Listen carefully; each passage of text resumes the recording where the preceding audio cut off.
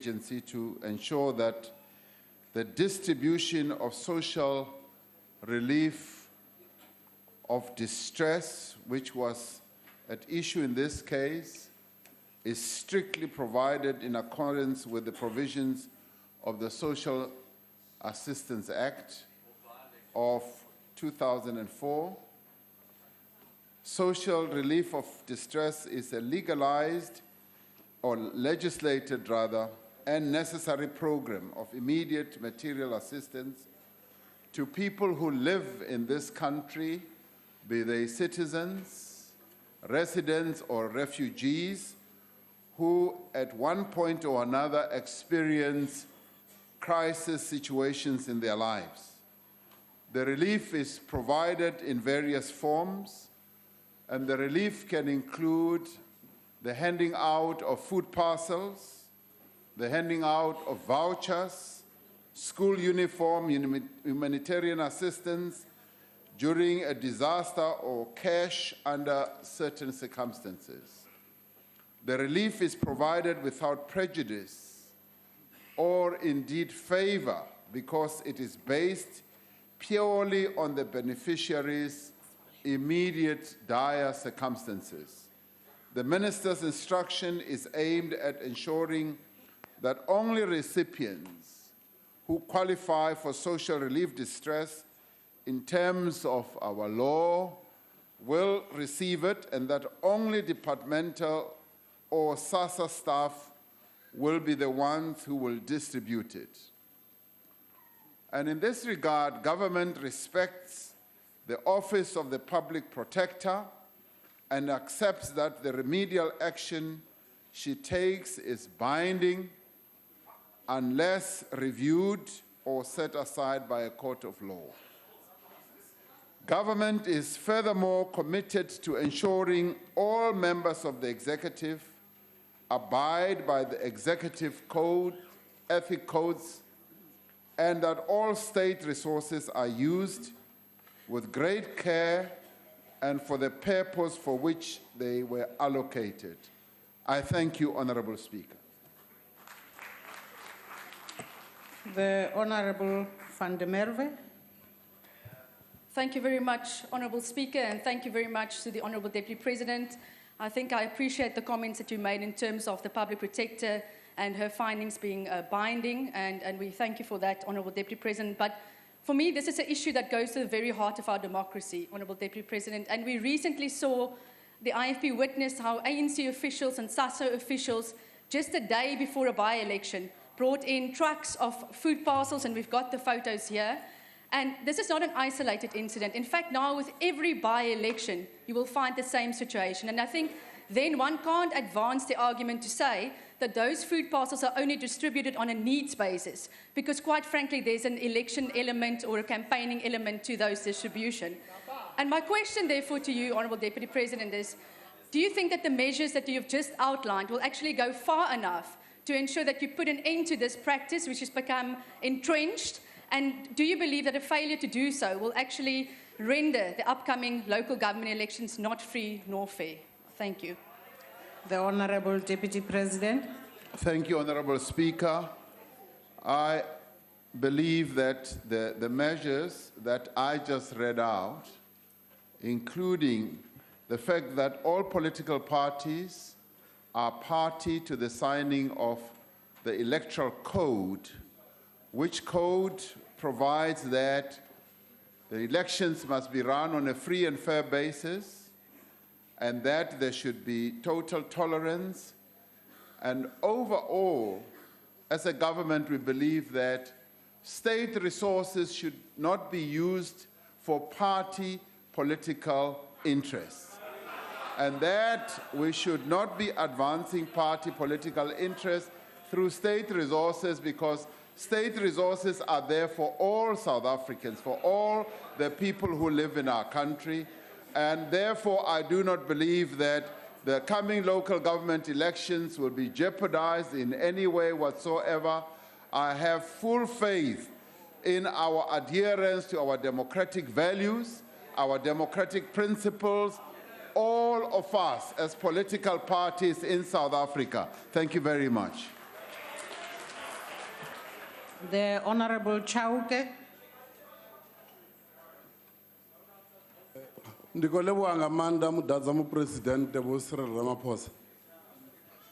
Lexi ni lavaka ku xi tivisa na ku ri mi pfumelelana na mina i ku ri mhaka leyi ya ku distributa swakudya swa vanhu vo hlupheka a hi nawo kusuka ka nhlengeletano wa African National Congress ku ri yi tirhisa ku humesa swakudya ku va yi kokela vakheti va kota ku yi kheta.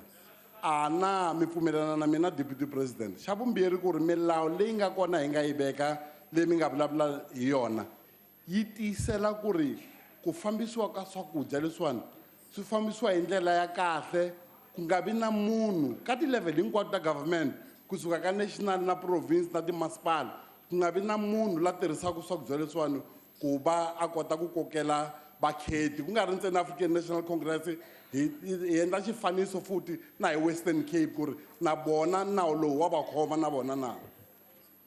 Honorable the Deputy President. Thank you, Honorable Speaker. Loko ni bula hi nawu loyi, hi bula hi ku u fanele ku ri u boha vanhu hinkwavo. Loko hi ku u boha vanhu hinkwavo hi bula ku ri hi fanele hinkwerhu ku ri hi landzela nawu loyi. Na hina va African National Congress wa hi boha nawu loyi. A swi buli ku ri u boha van'wana ntsena. Swilo leswi swa ku nyika vanhu swakudya swi fanele ku ri swi famba hi nawu lowu wa palamende lowu nga vekiwa. Swi nga endleliwi ku ri hi xava ti-vote ta vanhu ku ri hi lava ku ri vanhu va vhotela nhlangano leyi kambe liya na la a Western Cape na hambi i ri kwihi na kwihi ku fanele ku ri hi landzela nawu loyi ku ri swakudya na swin'wani swo tala leswi humesiwaka hi government swi nga endleliwi ku ri swi va swilo leswi xavaka ti-vote ka vanhu. Government u fanele ku ri a tirhela vanhu hinkwavo hi ndlela ya ku fana va nga kheti ku ri loyi u ta mu nyika leswi hi ku yena u fake t-shirt ya khala leyi kumbe ya khala leyi. Hi sweswo leswi hi swi bulaka leswi swakudya swi fanele ku ri swi nyika vanhu hinkwavo ene nakona swi fanele ku ri swi landzela nawu lowu nga tsariwa hansi. Ni khensile. The Honorable Masango.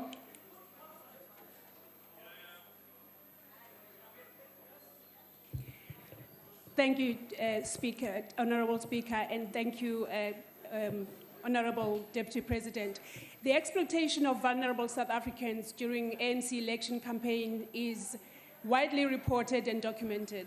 It has even sparked outrage in the ANC's own Facebook page. And at numerous occasions, people have said to us that they are tired of seeing food parcels only during election campaigns. So the question would be, I would like to ask the Deputy President, how will the government ensure that there will be no trucks driving around asking people to vote for ANC while handing out taxpayers' food parcels and ANC paraphernalia? And also, will the Deputy President please explain the steps he will take to prevent this exploitation from happening?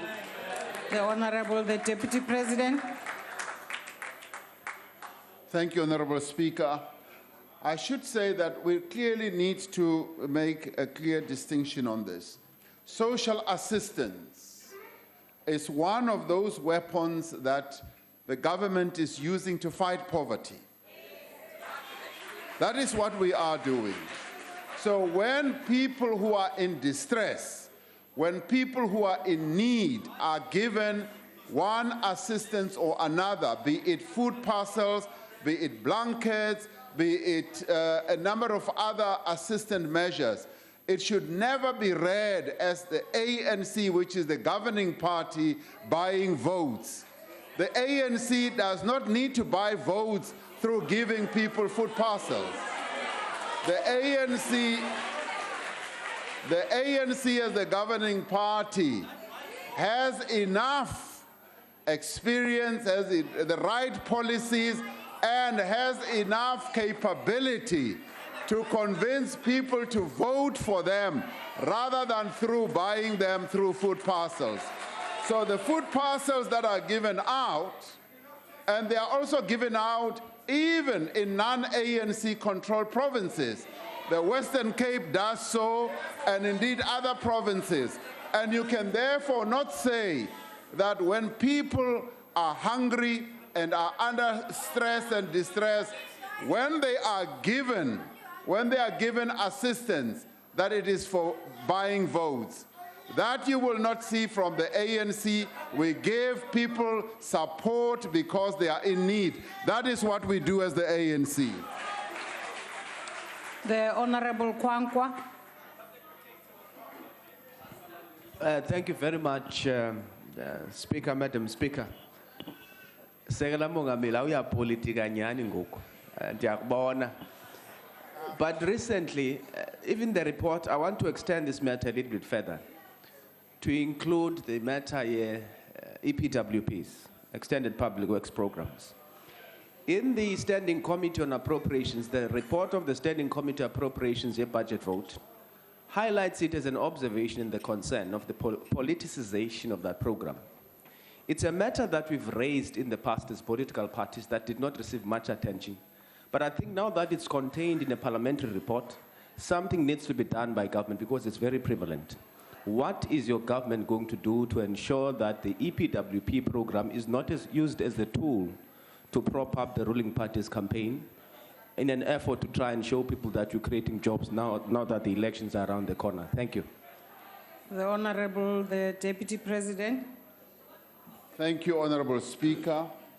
The IMC, which the President has asked me to chair, which deals with public employment programs, deals with matters that affect employment, EPWP, and we get sight of precisely what is happening throughout the country.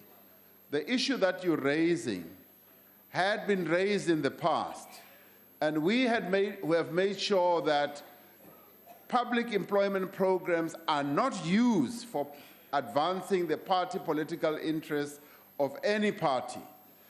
And when the governing party, which is the African National Congress, set out its targets and objectives, that it will create 6 million job opportunities, and we're almost halfway to that target now.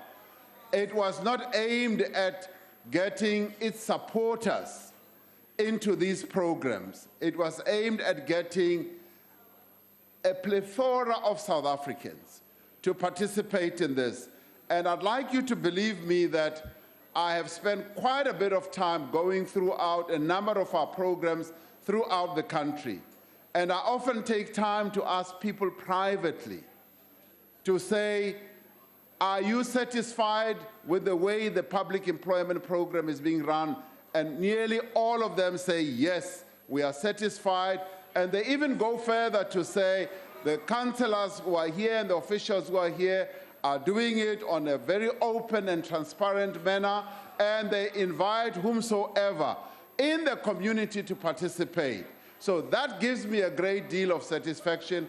But I must say, however, Honourable Member, that you do note the comment that we have made, and as the IMC, we will make sure that these programs are forever utilized to advance the interests of all South Africans. So thank you for raising it again. We will keep a watchful eye on precisely that type of behavior. Thank you.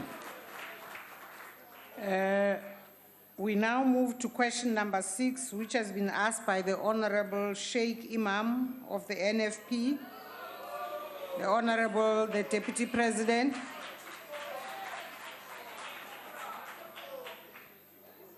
Honorable Speaker, the Constitution of the Republic of South Africa clearly outlines the process of the appointment of members of the executive councils in our provinces.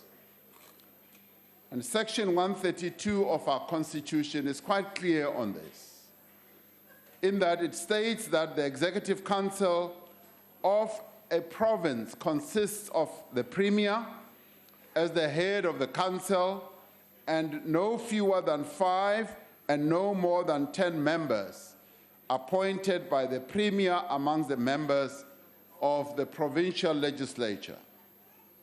The Premier of a province, therefore, appoints the members of the Executive Council. He or she assigns their powers and functions, and he or she may dismiss those members that he or she appoints. I'm not aware of any plans by the government to amend the Constitution to give national ministers the powers to appoint MECs in provinces. As it is right now, it does not happen in any of our provinces, as MECs are appointed by premiers.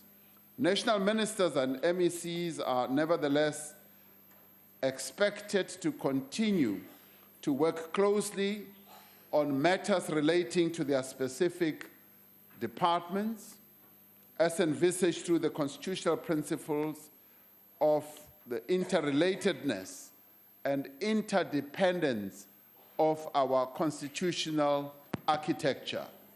And in this regard, the concept that we crafted when we drafted our constitution of cooperative governance is given more life through the way in which national ministers and MECs cooperate to advance the interests of South Africans through the various departments in which they are deployed. Thank you very much, Honorable Speaker. The Honorable Sheikh Imam. Thank you, Honorable Speaker. Honorable Deputy President, this is exactly what my point is. If you look in that gallery, Honorable Deputy President, in that gallery, I have Charmaine Adams, who lives in the city of Cape Town and has applied for a house for 25 years, and nothing is happening. We have in that gallery Daniel Butland, 65 years old, living in an RDP house without a roof for 5 years. We have Shireen Peterson also living in this gallery, no water and sanitation for over 20 years. We have Tasnima, who will tell you, Honorable Deputy President, they cannot even go out after dark. We have 80-year-old Lena Van Fokkel, who will also tell you, Deputy President, that the RDP house that she is living in is falling to pieces. Now, Honorable Deputy President, we have Marianne Adams, who will tell you that due to no sanitation, feces are dumped outside their homes, which is a health hazard, with no health facilities. Now, Honorable Chair, Deputy President, in light of the fact that these decisions are made by government, by national, that MECs are appointed by premiers, this seems to be some limitations. And as a result thereof, all these people that are underprivileged suffer the consequences. What is Department of Government going to do about providing a quality health and a quality life to our people, given the fact that your powers are limited and MECs make the decision and marginalize our people because of who you are and what you are? Honorable Sheikh Imam, your time is over. The Honorable Deputy President. Honorable Speaker. Point of order, Speaker. Was the Honorable DP, can you please take the seat DP. While I take the Honorable... Speaker, I apologize to the Deputy President for interrupting him. But can you, we've had the gallery participating in proceedings today. Can you please remind the gallery not to participate, please? Indeed, our honorable guests in the gallery are kindly requested not to participate in the goings-on in the chamber. Not by raising your hand or clapping your hands. You are just expected to be neutral spectators that sit and observe. We, with respect, would appeal to you. Honorable Deputy President. Honorable Speaker, thank you. And I think Honorable Imam has added a lot of color and texture to his supplementary question by having some of the people that he's referring to in the gallery and I take it that they are all based here in the Western Cape. And that being based here in the Western Cape, they are experiencing all these problems and difficulties as a result of one failure or another by the government here in the Western Cape and by the relative MECs. Now, I really feel touched, truly touched, and I'd like to say to those guests who are here in the gallery that we really apologize for the failing of our government to meet the aspirations that they all had, that some of them live in RDP houses without roofs.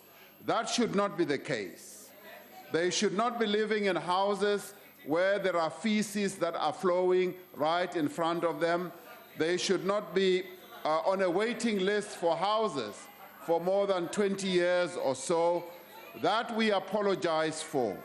But in the end, in order to make government more effective, government does need to be closer to the people, and MECs and indeed councillors that we appoint need to be the type of councillors who are going to pay close attention to the needs of our people, who are going to know the experiences of our people, and in the main, they should be people from the community so that they can associate more closely with the needs of our people. And I don't know whether that is the case here or not.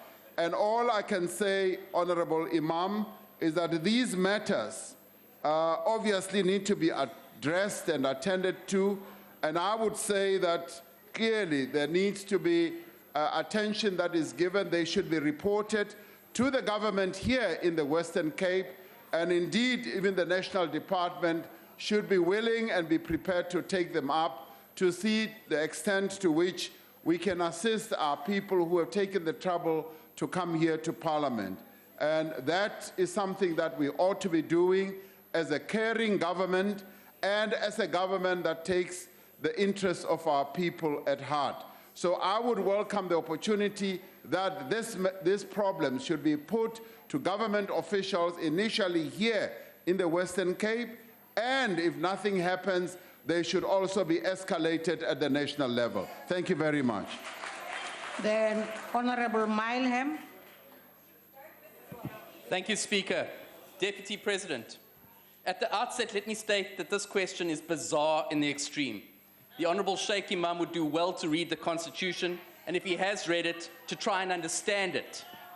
In addition to what the Deputy President has already said, Section 41(1)(g) of the Constitution states that all spheres of government and all organs of state within each sphere must exercise their powers and perform their functions in a manner that does not encroach on the geographical, functional, or institutional integrity of another sphere.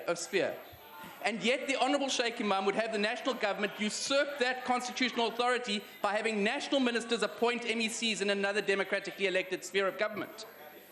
The Honourable Sheikh Imam would do well to examine the shocking state of affairs in his one municipality that they do. Order. Is that a point of order? Is it a point of order, Honourable? Yes, Honourable Speaker. Honourable Mileham, can you take your seat? Yes, Honourable. No, one was laboring under the impression that the Honourable Member would ask a question, but seemingly he's now casting aspersion on our member. We take a very strong exception to that. He must focus on his question.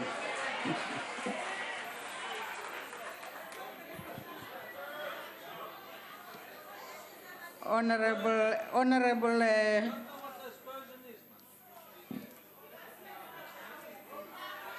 Kodjubani Kamalako, Honourable Member. Yes? Honourable Kubisa, Ngiyaxolisa. The Honourable Member has a right to actually make his point, including by making a commentary before he gets to the question. Hopefully, Honourable Mileham, you'll get to your question. Yes, Chair.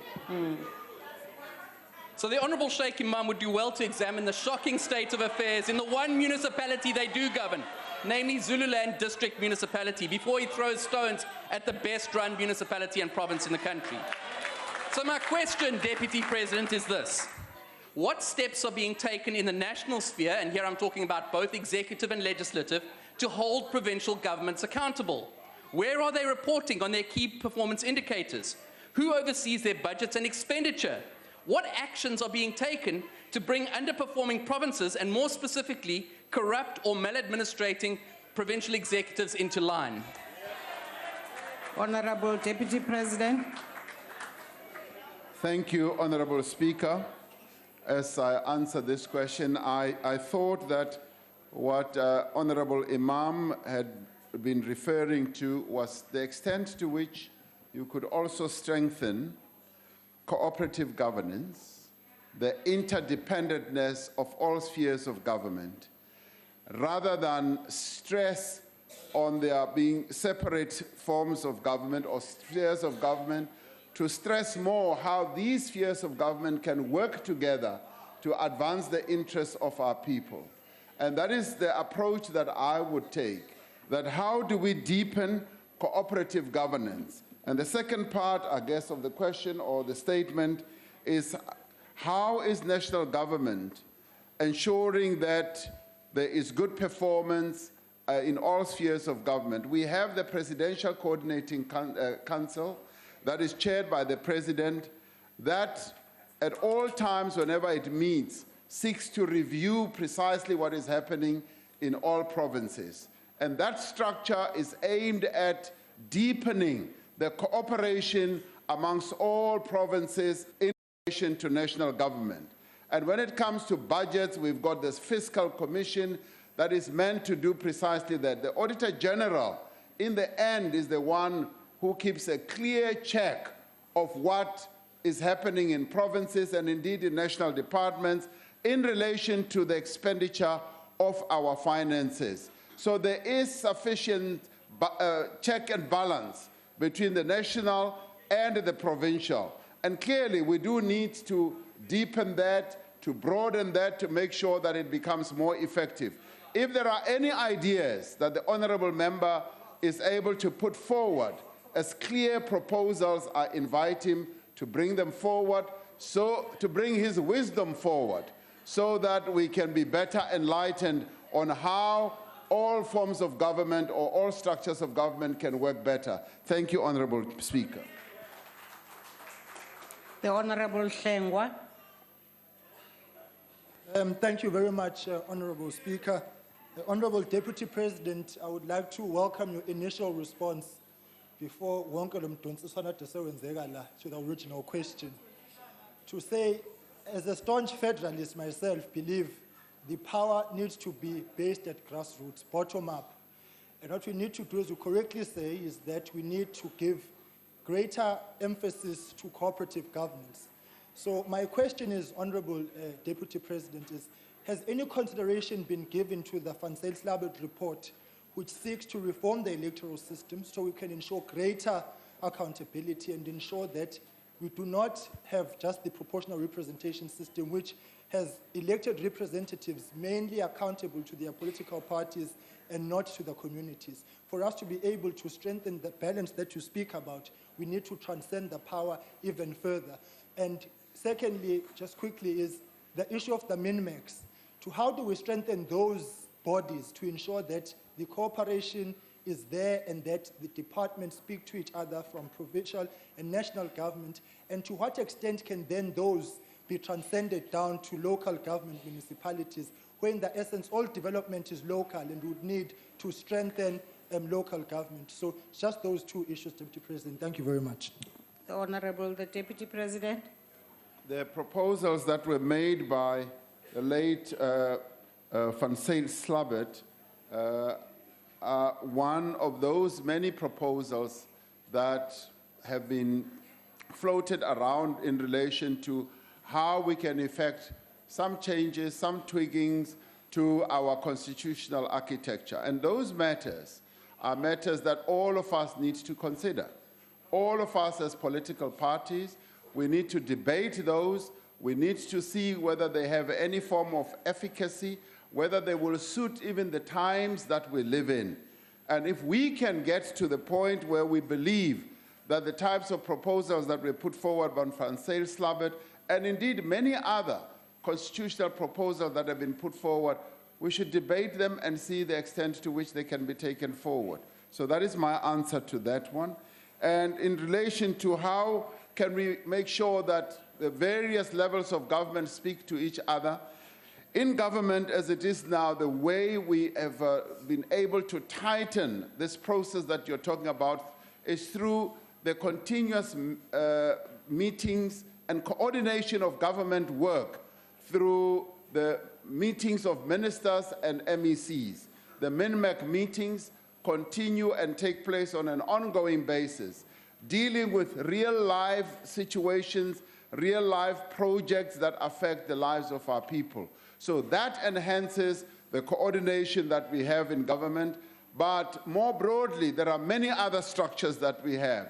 For instance, the PICC, the Presidential Infrastructure Coordinating Council, also involves quite a number of people from provinces, the Presidential Coordinating Council that I spoke about, and that helps us to coordinate the work that happens in government at all levels. And when we come to local government as well, provinces do take care themselves to make sure that the various municipalities in their domain do actually coordinate things jointly with them. And this they do by definition, and this they also do by virtue of the laws that we all live under. So there is quite a lot of coordination, and where coordination can be made better so that each level of government speaks to the other, we need to look at that, and the ideas that may be put on the table are ideas that we will be quite willing to consider. Thank you very much indeed. The Honorable Boy. Thank you, Madam Speaker. And thank you for being such eloquency, Deputy President, in how you have put the issues up. The challenge is, and what the member have raised, is that it seems as if there's a continuously inefficiency in all the structures that you have outlined in the Western Cape, that they are not able to do the work that has been given to them by the national government and even by the Constitution. How do you assist in that environment, Deputy President, to be able to get to assist the people that are presently on the gallery? And it's quite clear that the honorable member is raising it out of that context, that he is quite worried about the state of things in the Western Cape. The Honorable, the Deputy President. What Honorable Sheikh Imam has raised clearly is a matter of great concern to us at national government level, that we have a plethora of problems that are being experienced by our people, some of whom are here in the gallery.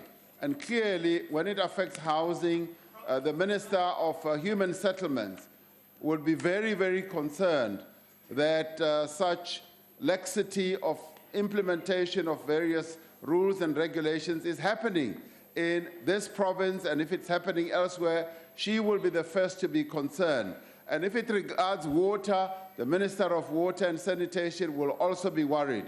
In the end, the national government must, by definition, have oversight over what happens throughout the country. It must have oversight and get involved. And we should not hide behind the leaf of some constitutional provision which says, leave us alone, because we live in a country where there has to be cooperative governance, because we are dealing with our people whose needs are urgent, and we need to redress the imbalances of the past. So therefore, we cannot just say, no, leave us alone, we are this province or that province, we know what is best to be done. So my answer to you is that oversight role by national government should mean that, yes, we should get involved in making sure that the provinces do actually implement what they are meant to implement to advance the interests of our people. Because we cannot allow some of our people to live in terrible conditions whilst others live in much better conditions. The national government cannot allow that. Thank you very much. I now come to question number 7 from the Honorable Khadebe, and I call upon the Deputy President.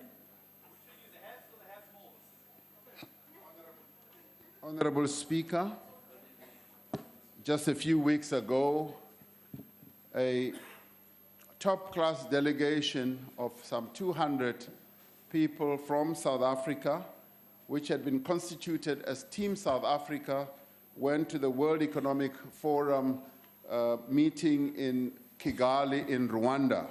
Rwanda, the land of 1,000 hills. Now, this multi-stakeholder team, which represented our country, came from government, business, civil society, and a number of media representatives as well. And in all their engagements during the WEF Africa, the members of Team South Africa conveyed one common message to the rest of the continent and indeed to the world. And that message was, South Africa is a desirable, dependable, and worthwhile destination for investment. What the team had essentially gone to do was to go and make contacts with a number of people who tend to attend those types of conferences, and hopefully to move from contact to contract that will bring investment into South Africa. Members of Team South Africa participated in various formal sessions of that forum.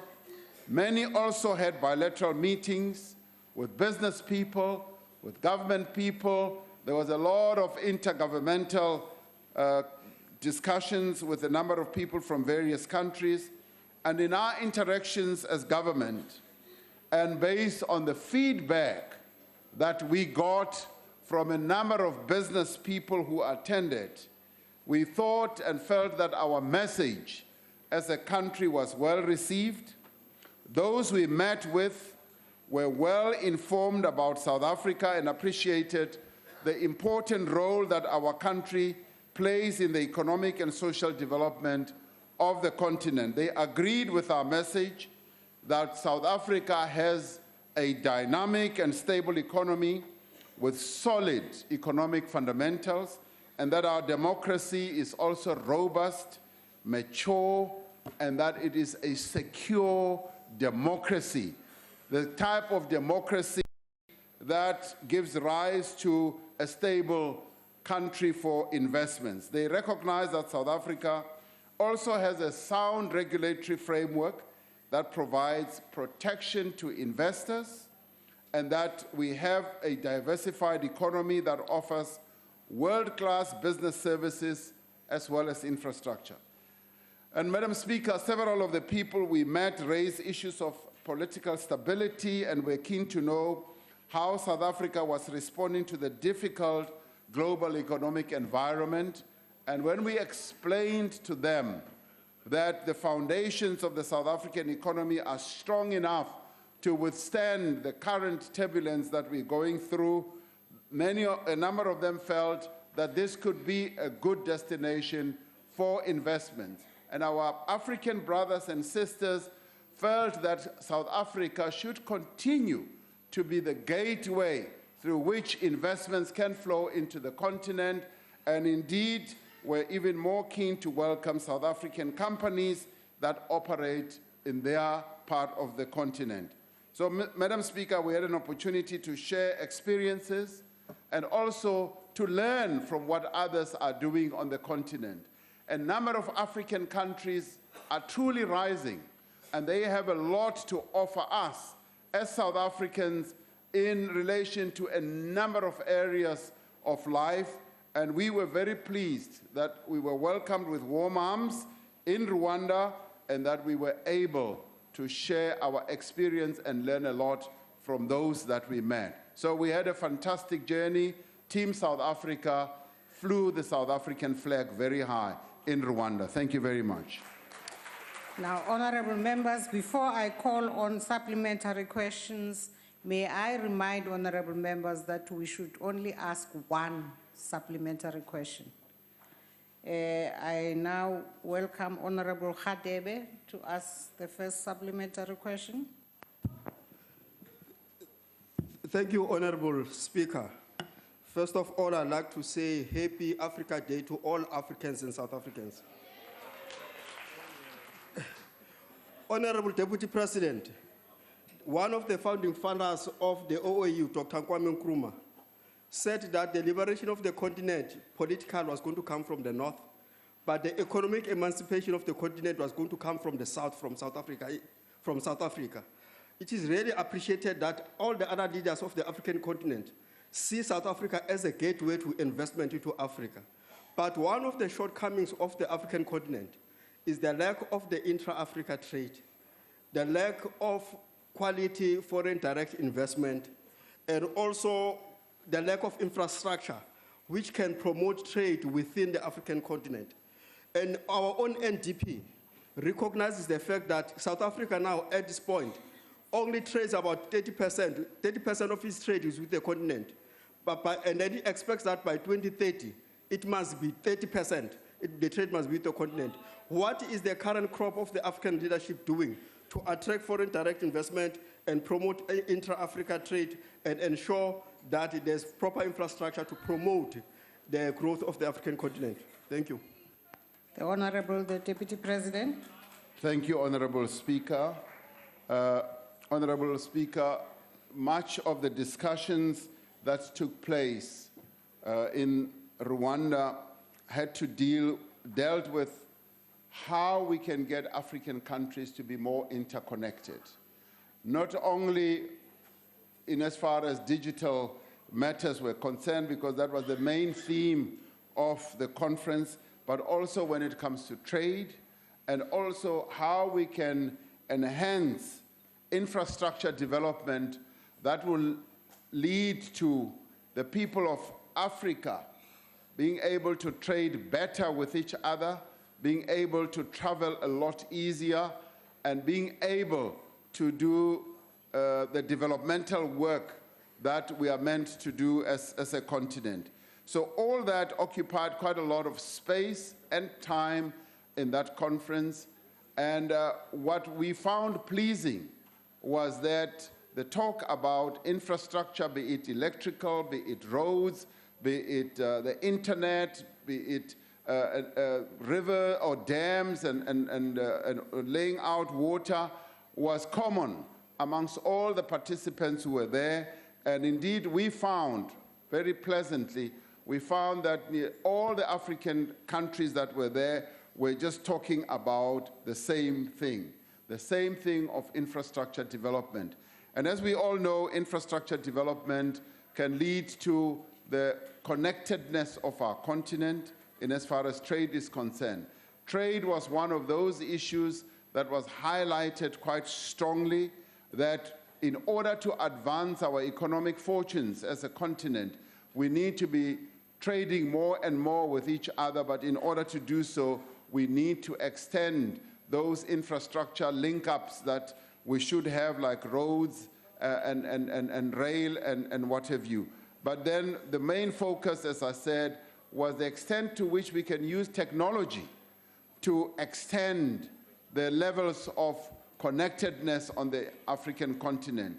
And we found that technological advancement was speeding up the progress on the continent in exponential ways. And that we found quite pleasing. And in the end, without being arrogant, without being forward at all, South Africa was able to present itself as a good destination for investment, but we were very careful not to project ourselves as the best in class. We projected ourselves as being part of the African continent, as being willing to develop in tandem with the continent, and where we can lend assistance, we should do so, and where we can learn from others, we should be able to do so. And we concluded that we've got a symbiotic relationship with all countries on the continent, and our task as South Africa must be how best we can advance the interests, not only of our own country first, but also of the continent as a whole when it comes to matters of development.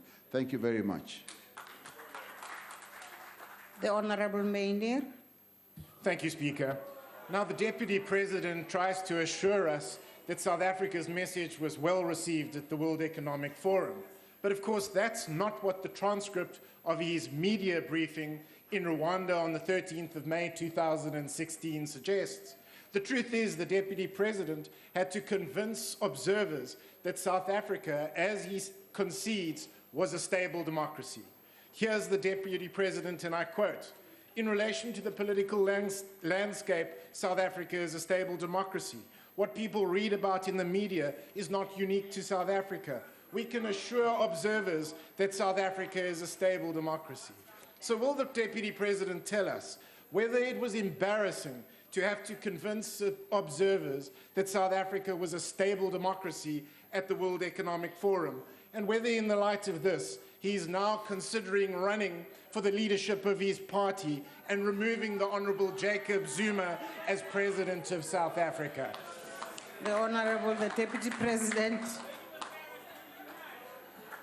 Honorable Speaker, I can tell Honorable Mania that it was most uplifting to tell our brothers and sisters on the African continent that South Africa is a very stable democracy. We've got a durable democracy. We've got a stable constitution that enhances our stability. And we were also quick to applaud, listen to this, we were also quick to applaud a number of other countries on the continent that you may not know of that are so stable. Countries that have embraced democracy, countries that are moving in tandem with us on the democratic stability route and making sure that that democracy yields economic benefits. Now, we've gone beyond where you are, because you are still very parochial, my dearest Mania. You are still very inwardly focused. We are now looking at the benefits of stability, the benefits of democracy are economic development. And that was the buzzword, and you were not even there. I mean, really, seriously. You should have come along with us. Next time, do come along. The buzzword was economic development, how we can use our strength, which is our democracy, the human capital that we've got in our country and indeed on the continent, to bolster our economic fortunes. Now, I will ask you a question. Are you prepared to run for the leadership of your party and oust Maimani? Maybe you should answer that question first, because we as the African National Congress have no problem. We've got a strong leadership that is leading the party, that is leading the country, and you just look around. All these leaders are charging ahead, and you will see for yourself on the 3rd of August. Thank you. Honorable Speaker. No, Honorable Mainir, you've had your I chance. will be happy to answer the question if the Deputy President answers the question. You have had your chance, Honorable Mainir. I now would like to have the Honorable Kubisa to ask a follow-up question. Thank you, Honorable Speaker.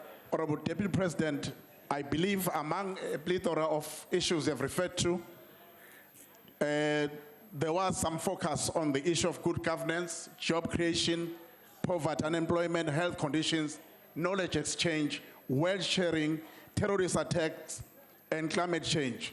Would you say at the end of the conference, these matters were given urgent attention? Thank you. Honorable Deputy President. I can say without any equivocation that yes, they were given attention. And what also made sure that those matters were ventilated and were attended to was the presence of a number of leaders from various countries. It was not only President Kagame was there, President Kenyatta was there, a number of presidents from the west of Africa were there, and they made sure that issues that are germane to the development of the continent were actually addressed. And all those issues that you mentioned, including climate change, honorable member, were also addressed. And let me say that they were addressed with a deep sense of seriousness. And they were not just ticking the box. These leaders, and indeed the delegates who were there, were actually focusing. And they were focusing in a way that went to looking at the numbers, the financial indicators. The president of the African Development Bank was there, playing a key role in the conference. And as a banker, he was able to say, we are prepared to finance the building of this dam, this road, and this railway, and so forth. So many of the issues that you are raising, and including issues like terrorist attacks, Kenya has been exposed to a number of these. They were also addressed and attended to. And they were addressed within the context of 2063, the objectives that the continent has set up for itself. But it also went beyond that. They were also addressed within the context of the UN MGDs. So we were sitting there and not only discussing issues on a parochial basis that affect one or two countries. We were looking at the global goals that all countries have set up for themselves, but we were also looking at ourselves as Africans in terms of 2063, where we want Africa to be. And the other buzzword was the Africa that we want. We were saying, what type of Africa do we want by 2063? And we were asking ourselves, are we already on the journey to achieve that Africa that we want? Are we already implementing some of those goals that we have set up? So in that regard, that forum was a really meaningful forum for all who attended, government, business, media, civil society. It was an uplifting type of forum, but it was also a focusing forum to get us to focus. And let me conclude by saying many people who attended said, we are tired of just hearing speeches. We now want action and implementation. And they said, we want African countries to now go beyond just speechifying. They must now talk about implementation. That is why the African Development Bank was also there. Thank you very much. The Honorable Esther Reason.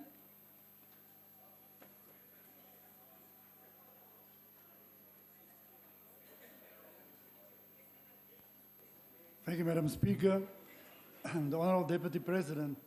Energy is essential for economic growth, and you and all the delegates was shown a very comprehensive map showing all of African countries and populations and all their various degrees or percentage of access to electricity.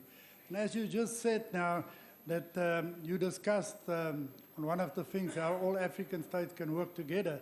Was it not a concern then to yourself and your fellow delegates that a fellow South African state with the potential to supply the continent of Africa with clean, affordable electricity is failing not only their own people, the Democratic Republic of the Congo has got 68 million people without electricity, but also us, who signed a treaty with the DRC in 2013 and was obliged to pay $10 million American deposit. Construction was supposed to start on October 15 last year, and to this time, when October 15 came without a sod being turned.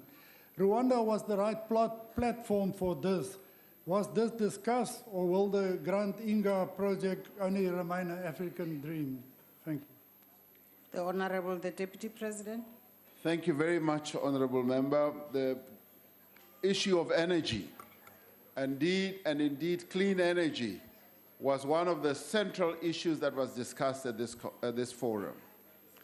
And I'd like you to believe me when I say that the Grand Inga project was also one of the centerpieces of discussion at this conference. The heads of states who were there were talking in the main, economic development underpinned by energy generation. It was quite pleasant to hear all these heads of state talking firstly about economic development and saying, in order for us to get there and to have this development, we've got to have energy generation. And they went beyond that, Honorable Speaker. They were now relating the number of megawatts that they are now putting in place to boost their energy generation in their various countries. And then the African Development Bank also reflected on a number of projects, and the Grand Inga project was then also referred to, and it was referred to in a way of saying, we now need to take it forward. And this is where it is stuck. This is what now needs to be done to move the Grand Inga project forward.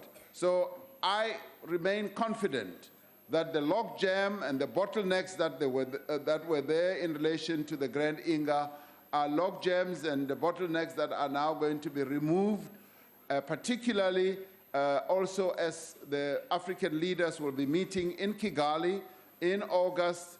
They are also going to discuss this, and the Grand Inga project is also being discussed in a number of other forums. Now, the good thing is that South Africa remains connected and involved with the Grand Inga project, so we are part of it.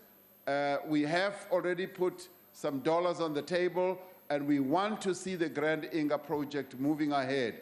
And we remain convinced that in order to see the economic regeneration of Africa, energy, and particularly clean energy, is going to underpin all the efforts that we are involved in. And many countries are already moving forward on the energy landscape. And you watch and see. The map that you will see of Africa in the next few years is going to be a bright lit map, because many of our countries in the African continent are going to be generating energy exponentially. And we are marching ahead as a continent. And this being Africa Day, this is something that we should be celebrating, that we are part of an African continent that is on the move. Africa is wide awake, and Grand Inga is going to be a reality, no longer a dream. Thank you very much. Thank you, Honorable Deputy President. We now come to question number 8, asked by the Honorable Dudley of the ACDP. The Honorable Deputy President. As I was saying, today we join our fellow Africans across the entire continent in celebrating this great day for all of us as Africans, Africa Day. It is a day when we remember the great sacrifices that were made by our forebears, how our leaders have charted us forward to get to the point where we are as many African countries. And we are also enjoined by our continental organization, the African Union, to continue the work towards peace and stability, sustainable development and prosperity of our continent.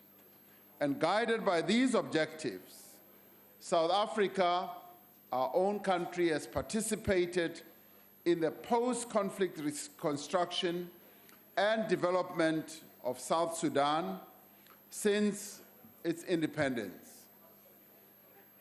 We remain engaged in conflict resolution efforts in South Sudan.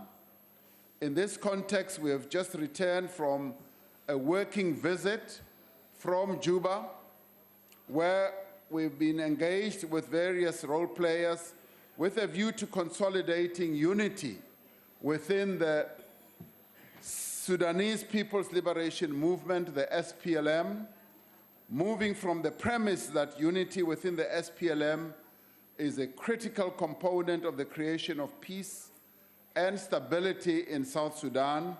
We have worked alongside the Secretary General of Tanzania's Chama cha Mapinduzi to unify the various factions of the SPLM. We have also worked with regional organizations, the African Union, the United Nations and the Intergovernmental Authority on Development in East Africa, also known as IGAD. As a result of these efforts, all factions within the SPLM have now returned to Juba in South Sudan, and a new transitional unity government comprising of all these factions has now been formed, and it is in place. During our visit, we had an opportunity to meet President Salva Kiir, the first Vice President Riek Machar, and the Foreign Minister Deng Alo, and all of them representing the various groupings of the SPLM. All these groupings of the SPLM remain committed to the consolidation of peace as a necessary step towards ending conflict completely in South Sudan. And we can say without any doubt that the guns of war have now been silenced in South Sudan, and the various leaders of that country are now involved in the process of rebuilding peace and rebuilding the lives of their own people. And as co-guarantors of the Arusha Agreement, South Africa will continue to provide the necessary support to the SPLM to consolidate efforts towards the post-conflict reconstruction and development of that country. The people of South Sudan deserve the benefits of peace and stability as a stepping stone towards sustainable development and prosperity. As a country, we commit ourselves to working hand in hand with the people of South Sudan on their journey towards a peaceful and prosperous society. And they welcome the assistance that they are getting from various of their partners around the world, and they are very pleased that South Africa and Tanzania are involved at close range to assist them to rebuild their own party, but also to stabilize their democracy in South Sudan. So we had a good journey, and a journey that was quite worthwhile in terms of the richness of the interaction that we had with the people that we met. Thank you very much. The Honorable Dudley. Thank you, Madam Speaker.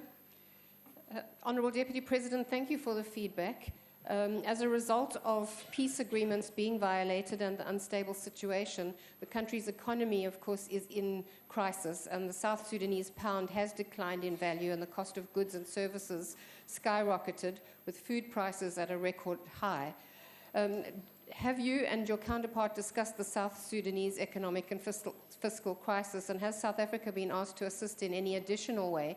If so, what are the relevant details? And we're also particularly concerned, as are many others, with a situation where there's a camp in Juba where about 200,000 people have not been receiving UN aid, and everyone is concerned about what is actually going to happen to that 200,000 people. And we were wondering if you had discussed this or you have any information that you can give us. Thank you. The Honorable Deputy President. The needs of the people of South Sudan are plentiful. They span quite a number of areas of human endeavor. They relate to health. They do relate to security as well. And they relate to the displacement of not only 200,000, but hundreds of thousands of their own people who are displaced internally. People who now face famine and hunger because the economy has been going through enormous challenges, particularly because the economy is dependent very much on oil extraction. And the price of oil having come down as it has, it means that they face serious challenges. The assistance that we've been giving to the people of South Sudan has been giving a lot of support in terms of building up their structures and making sure that their party functions well. And clearly, they need much more than that. They need much more than just words. And these are matters that they continue to raise with us, and we will need to find ways of how we can assist. We've also been giving them institutional support in terms of getting their people to be better prepared in terms of capacity building so that they can run the institutions that are present in their own country. Now, when it comes to those people that you're referring to, it was raised with us, and there are efforts to get not only the UN, but a number of other agencies to lend support, not only to the 200,000 people, but to hundreds of thousands of other people. And the work of beginning to get them to go back to their homes is also about to get underway. So the challenge that is faced by the people in South Sudan is huge. And we remain privileged that we've been trusted enough to give them the assistance that we are giving at the moment, and it's assistance that they truly appreciate in many, many ways. Thank you very much. The Honorable Kwankwa. Thank you very much, Madam Speaker. Deputy President, I would like to approach this question from a slightly different dimension. Over the past few years, for instance, South Africa has played a critical role in trying to ensure that there's peace, democracy in Africa. We have been net exporters of the values of democracy in Africa in particular. And when we look at that record, it fills us with a great deal of pride. However, you will agree with me, Deputy President, rather, it's too soon for you to call you President. Honorable Deputy President, that takes a lot of resources, right? Now that it takes a lot of resources, the question I want to ask, in light of the fact that we're number 3, we've lost our second position as the second biggest economy in Africa, now we're number 3, to what extent does government then make sure that when we invest resources in Africa to try and make sure that there's stability, we balance it with our national interests, economic interests in particular, so that we don't create stability in those countries for other people to benefit from it? Thank you so much. The Honorable Deputy President. Honorable Speaker, Honorable Kwankwa, you can be rest assured that clearly, as we move around and interact with various countries, what we seek to promote is South Africa's interests.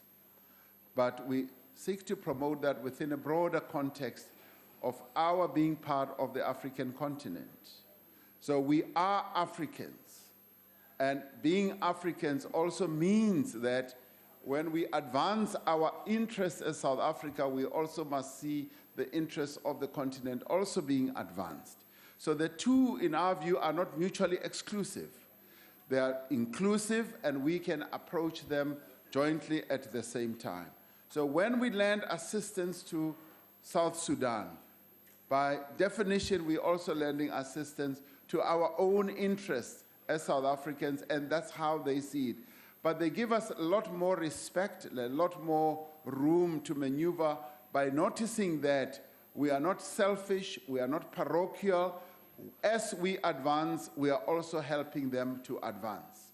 And that is who we are. In a way, we could say that is our DNA as South Africans, and that is the type of DNA we must be spreading around. So yes, advance our interests within the broader context of our African agenda. Thank you very much. The Honorable Mukhalapa. Thank you very much, Honorable Speaker. Honorable Deputy President, President Key signed a compromise deal on the 26th of August 2015. However, he enclosed an annexure that included a list of 16 reservations that he strongly deemed important to self-determination of South Sudan. And this would impede on the attaining lasting peace.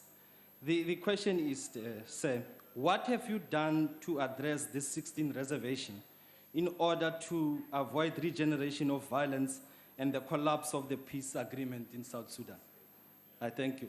Honorable Deputy President. The agreement that was signed by the leaders of South Sudan is a living document. It's a document that they are walking through themselves.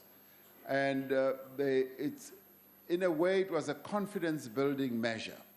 When he listed all those reservations, he was basically saying these are issues that need to be addressed. And on a daily basis, what we have found and what we were briefed on, the issues that he had raised as big reservations A number of them are beginning to wilt away, to disappear, as confidence is being engendered.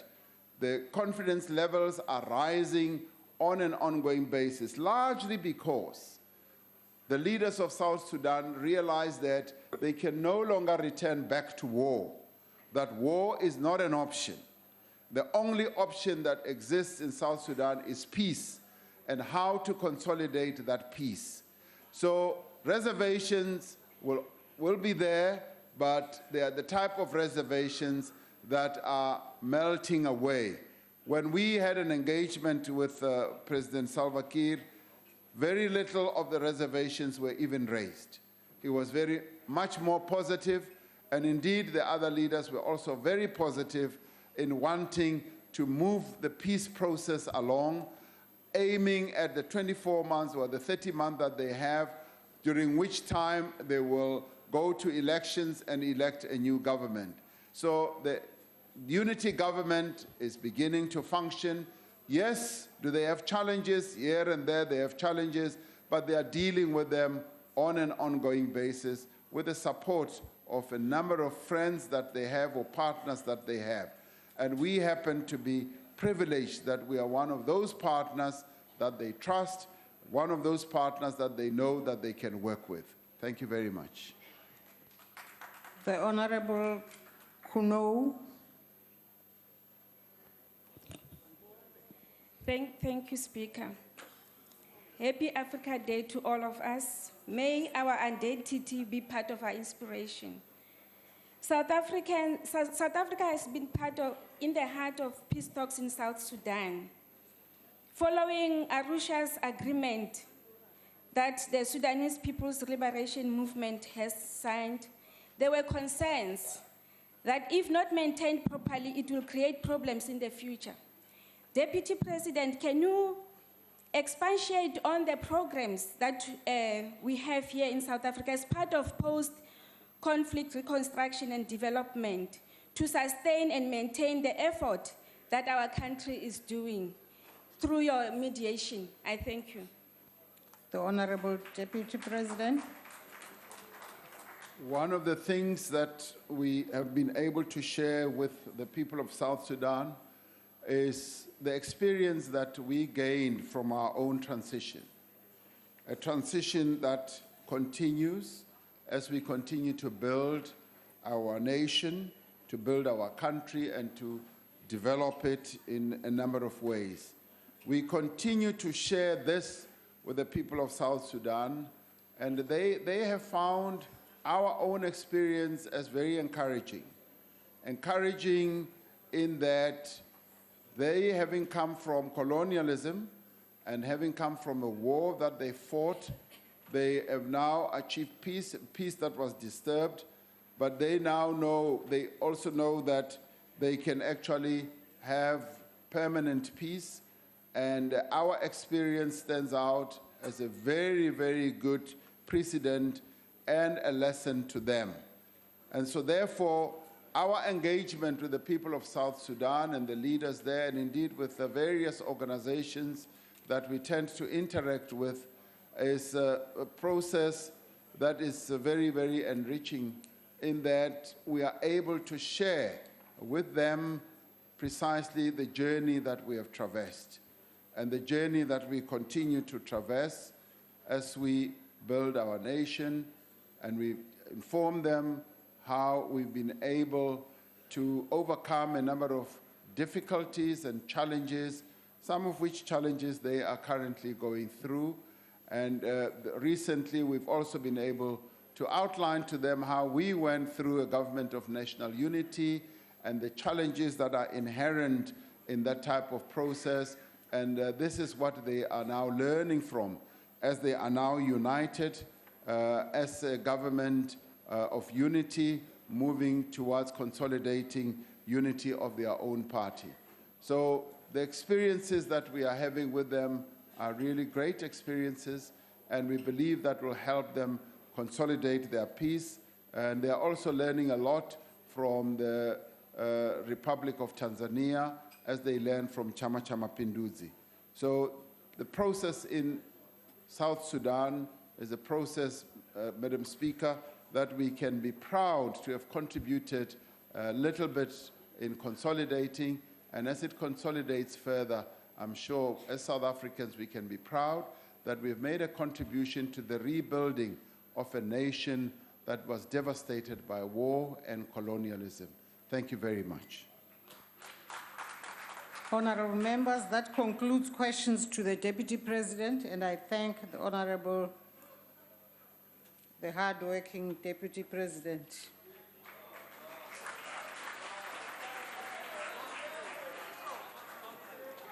Honorable members, we now come to questions to ministers in the Peace and Security Cluster. And I now call, we come to question number 87 that has been asked by the Honorable D.D. Gamede to the Minister of Defense and Military Veterans. The Honorable, the Minister.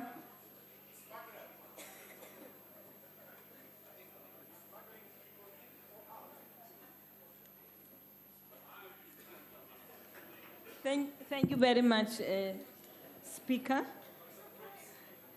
As we indicated during our budget vote debate 2 weeks ago, we've established a defense review implementation project team called DRIPT.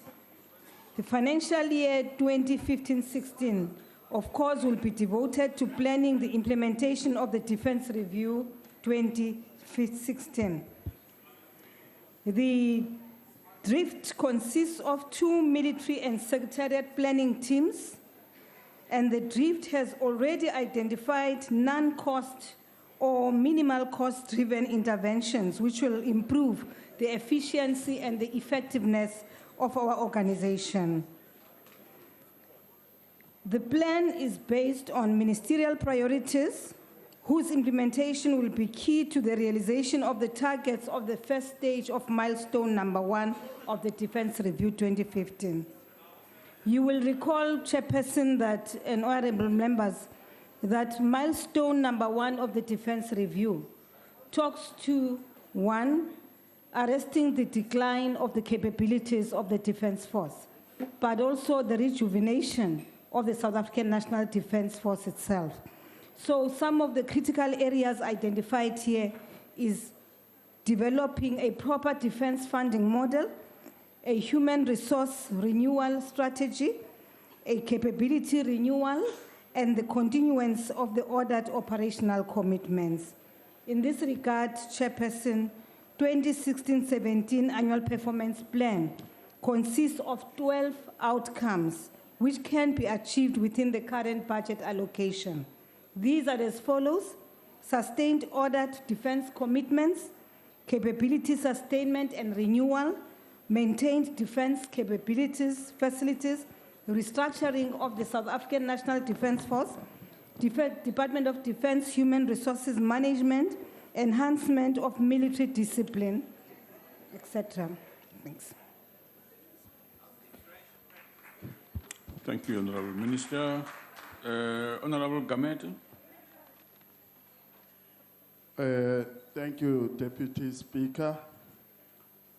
Honorable Minister, due to the fact that most of the time you've played a role in bringing peace and stability in Africa, I also wish you a happy Africa Day. Now, the question is, how will the turnaround strategy ensure the building of capacity and capability in the state to pursue its developmental goals, peace and stability in the region, the continent, and the world? Thank you. Honorable Minister. Thank you very much, Honorable Gamede and honorable members. A happy Africa Day. Honorable Gamede, as you know, I was just mentioning right now some of the key and milestone number 1, which lays a foundation for the rest of the 4 milestones which have been identified by the Defense Review Committee. Now, Honorable Gamede, you know that one of those talks to capacitating the Defense Force, and we believe that this is one of the key priorities of the Defense Force. The training and ensuring that you have a highly professionalized, disciplined Defense Force is going to be the key and a foundation to building the kind of Defense Force which will make the kind of interventions which you have referred to. But also to talk to issues of discipline. If there is no discipline amongst our soldiers, obviously we will run into problems in terms of ensuring that there is peace and stability within the continent. And of course, based on that, as a member of the Portfolio Committee, you would know that there are certain steps we've had to take as quickly as possible where there have been transgressions by our own forces to withdraw them back to South Africa. Now, there is milestone number 2, which talks about rebalancing the force. During this milestone, the department, of course, will primarily focus on the balance and configuration of the military capabilities as specified in our defense review. There's milestone 3, which talks to capacity of the force, and milestone 4, which talks to responding to the threats, strategic threats to South Africa. Thank you, Honourable Minister. You may pick it up later. Your time has expired now. The next supplementary question is from Honourable Murray. Thank you very much, Chair. Minister, we know that we require 1.8 billion rand to fund Milestone 1, which is a 5-year program, and with 5 milestones, it's a 25-year program. Milestone 1 is arrest the decline. In other words, stop the decline in the Defence Force. And we know already at this stage, this 1.8 billion rand over the medium term was not granted by the National Treasury. That's a fact. You and the Secretary of Defence has also confirmed that we cannot fund Milestone 1 and that many other essential services and equipment we also cannot fund from this medium-term budget indications. Minister, is it thus not a more responsible and defensible alternative not to procure the new VVIP aircraft, whether it's lease or purchase at this stage, and rather spend this money on Milestone 1 and other essential services? Your time has and expired. do you not agree that this will be more in the best interest of the Defence Force and South Africa and not that of the ANC executive? I thank you. Thank you very much, Honorable Murray. I think that, let me start by saying, yes, you are right. There is a shortage of funding. We don't have funds to implement part of the defense review. But I think as a member of the Portfolio Committee, you should also appreciate the fact that there are certain steps which we have taken to see how best and what it is that we can do to get extra funding for the Department of Defense so that we can implement some of the plans which we have at our disposal. One of those which we have done is to audit the properties of DOD countrywide. And we now know the exact value of the properties we have in the Department of Defense. Reason being that perhaps we can use those properties to leverage and get some funding to do some of the things which we need to do. Now, on the matter of the VVIP, it seems to me, honorable members, this is a matter which we have to talk about and agree on and close it. There is no way in which right now the Defense Force can avoid buying a VVIP aircraft. In the same way that there is no way in which we can deny the reality that we need a strategic airlift capability. In the same way, we know that there's a shortage of many other aircraft. Some of them are simply parked there, which we cannot maintain. As for the VVIP aircraft, you know, honorable members, that the responsibility, whereas the security of the principals lies with the police. But the transportation and safety in that aircraft of the VVIPs is a mandate of the Department of Defense. And one of the issues which I've constantly raised is you can't continue. I'm sure your former president before democracy used to fly SAA. Is that so? Honorable Minister. Okay. Honorable Minister. Then Honorable Marais, just to say that there is no way in which you can avoid this, because in the first instance, you have to ensure that the principal is safe. Whoever is in the aircraft are people you know. Honorable Minister, your time has expired. I'm Let's sorry move to the because next I had to one. respond to that. Honorable Msibi, the next supplementary question. Honorable Msibi. Honorable members, it appears someone pressed that button without there be no further supplementary questions. We'll move to the next question. Asked to the Minister of Justice and Correctional Services by Honorable Singh. Honorable Minister. Thank you, Deputy Speaker. The constitutional provision referred to by the Honorable Member empowers His Excellency the President as the head of state to choose from the list of 3 names more than the number of appointments to be made as recommended by the Judicial Services Commission, judges of the Constitutional Court. It provides the Honorable President with a discretion as to who to appoint to the Constitutional Court and forms part of the distinctive procedures provided for by the Constitution in relation to the appointment of judges to the Constitutional Court.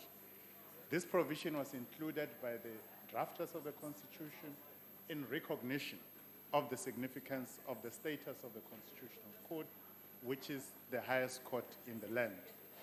Whilst it is true that there were no sufficient candidates for the recent vacancy at the Constitutional Court, it is worth stating, though, that the process of nominating candidates to serve as judges in the Constitutional Court allows for any person to nominate any fit and proper South African to that court. As a member of the JSC, Honorable Singh is well aware that all of us, including the Honorable Member, are permitted to approach any fit and proper person who are South African residents to be considered for appointment at the Constitutional Court whenever the Judicial Services Commission calls for nominations. Before we consider any other options, we should therefore first look as to whether we are exercising our civic duty of nominating candidates to the Constitutional Court. With regard to the possibility of any amendment to Section 174(4)(a) of the Constitution, the matter has not arisen at the level of the executive. However, should the Honourable Member deem it desirable to have the Constitution amended, as he suggests, he should consider raising the matter with the Constitutional Review Committee of Parliament. I thank you. Honourable Minister, Honourable Singh. Thank you very much, Deputy Speaker. That I will do, Honourable Minister, but I asked you the question because it's born out of the fact that recently we had one vacancy and we only had 3 applicants. We couldn't consider them because you have to suggest to the President, as you said in terms of the Constitution, 4, 3 plus 1. But now we've got a second vacancy with Deputy Chief Justice Dikgang Motsoeneke having retired, and we want to congratulate him on the excellent work he did for South Africa as a patriot of South Africa. Now the question is, it is common knowledge, Deputy Minister, Minister, that academics are not easily and readily considered for appointment as judges. Now, the normal practice, although there have been some exceptions, Cato, Reagan, etc., is that you must be a magistrate and then a judge and then you go to court. Should we not be considering very seriously academics who've been through the legal fraternity in recognized tertiary institutions and consider them as suitable nominees that we can interview for appointment to Constitutional Court? Thank you. Madam Minister. Yes, indeed. When the Constitutional Court started back in 1996, it was a blend of not only serving judges, but also members of the academia. Since then, I think the trend has been to have persons who are currently serving as judges to be appointed to that court. This is the subject which I think the honorable member may want to introduce again as a member of the JSC for debate, so that if there is an underlying policy consideration that merits debate, that engagement can take place so that we can resolve the issue. What the Constitution, however, does say is that at least 4 of the 11 members of the court should be serving judges. It does not limit the number of persons to be judges, so they could all, technically speaking, be judges, but there is a view that ideally, given the nature of that court and the kind of policy matters that come before it as matters to consider constitutionality, that perhaps there should be a blend of different backgrounds that constitute that particular bench. So in a sense, there is some support for that view, but perhaps that is a matter that should be put squarely before the JSC, since it is the body that recommends appointments to the President. I thank you. Thank you, Honourable Minister. Honourable Breitenbach. Thank you, Honourable Deputy Speaker. Mr. Minister, does the lack of suitable candidates not emanate from the way in which the interview process is conducted? And this makes certain suitable candidates unwilling to make themselves available. And if this is the case, what will you do to address this problem? Honourable Minister. I unfortunately do not chair the JSC. The JSC, as you are aware, is chaired by the Chief Justice. He determines how proceedings should proceed, and if, of course, there are circumstances that, in his opinion, should be dealt with in the course of interviews, either himself or any other member of the JSC should be in a position to raise those matters. I am not aware of any candidates who otherwise would have made themselves available, but for the manner in which interviews are conducted. But however, if there are concerns, firstly, I would urge those concerned to raise those formally with the JSC, preferably through the Chief Justice, so that those matters can be put on the table for discussion at the JSC and solutions found. Thank you very much. Thank you, Honourable Minister. Honourable Mpumlana, LKP. Thank you. Thank you, Honourable Minister. It seems that candidates for appointment to the bench are not only limited, but the pool itself lacks demographic diversity.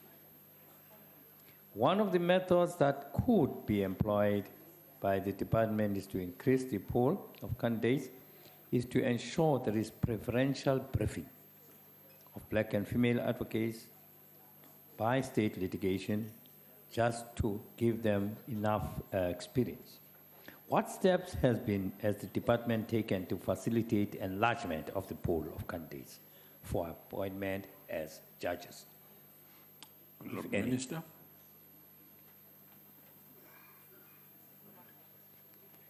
Should I go ahead? Yes, sir. Oh, thank you. Sorry. Well, Deputy Speaker, I agree with the sentiments expressed by the honourable member, and it is indeed for this reason and against this background that the department has launched the transformation of the State Legal Services project in order to facilitate the preferential briefing of black and female advocates for state litigation.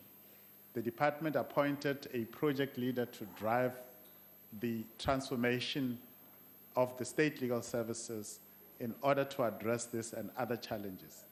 A policy of briefing is being prepared to ensure that black and female advocates are given preferential treatment as well. The policy will render clear guidelines on implementation across all state attorneys' offices and across the public service generally. Currently, some 76% of briefs issued by the state attorney is allocated to black advocates.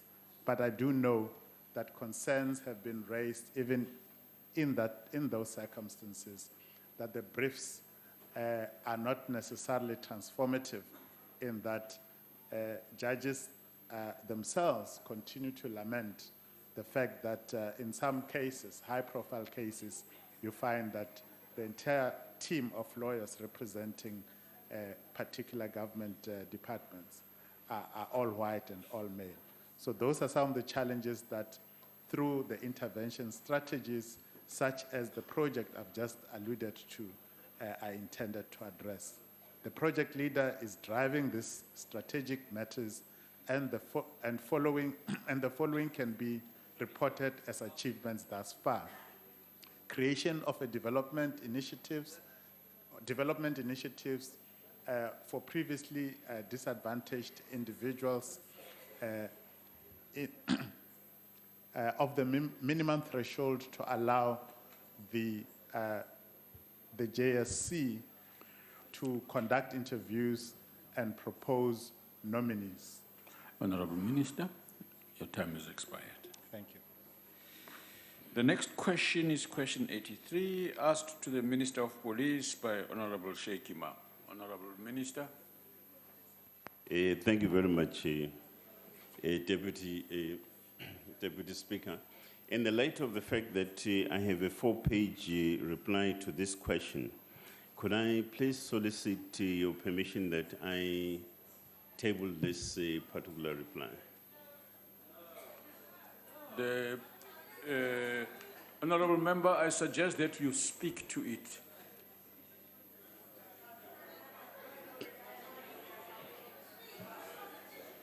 Honorable Imam is here waiting to ask you a supplementary question. No, thank you very much. I think the first part, now that you have asked me to speak to it, the first part to the question in replying to it is that it stipulates and it identifies the entire procedure in terms of what steps are being followed and have got to be followed in addressing the question of complaints. And in relation to the second part, whether or not one could consider appointing an independent team to address the specified complaints, that particular area resides with the respective and relevant provincial commissioner, who will assess as and when the need arises whether or not to escalate the issue, that such a request could then be granted. Thank you very much, sir. Honorable Imam.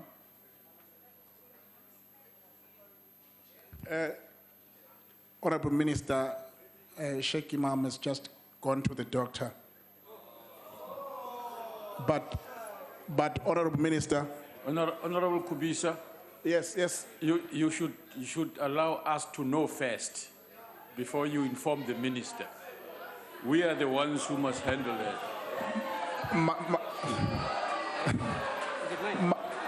My humble apology, Deputy Speaker. Yeah, you see? Order. Honorable Sheikh. It's a miracle. You shouldn't leave when you know your question is coming in future. You have placed Honorable Kubisa in an invidious position. Now, I don't know what supplementary question you are going to ask because, proceed, Honorable Member. Thank you, Honorable Deputy Speaker. At least there's some humor in the House today. Honorable Minister. No, Honorable Member, you're out of order. You're out of order. You can't do that. In fact, you shouldn't say that. Just withdraw it You can't say the honorable member is drunk, withdraw it.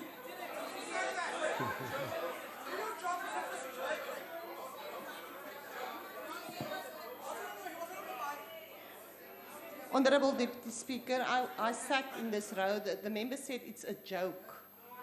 Nothing about drunk. Honorable members, you start playing those games, you are going to get it back at you very viciously. Don't invite it. Don't. Honorable member, you keep screaming, and the next time you do it, you are going to have to leave the house. Okay? Honorable member, this member in front of me here, and he does it repeatedly. What's wrong, honorable member?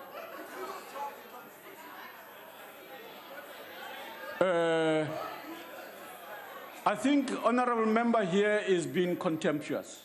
And honorable member, I think I'm going to ask you to leave the house. Well done.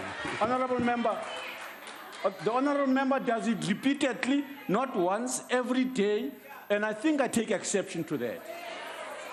Honorable Steenhuisen, what are you raising on? Deputy Speaker. Yes, honorable member. Every single one of the ANC or DA speakers last week had to be subjected to being called sellouts by the ANC benches, and the presiding officers did nothing about it. I'd like to know what rule you're using to eject my member from the House. Honorable member, in the first place, I've spoken to the member repeatedly that he shouldn't be screaming. Honorable member, just wait a minute. You can't ask me a question. Honorable member, Honorable Steenhuisen, I thought there would be reason for you to appreciate why it is important for us to keep order in the House. If there is no order, if the member continuously interrupts and screams, Honorable, I deal with every member in the House. I do.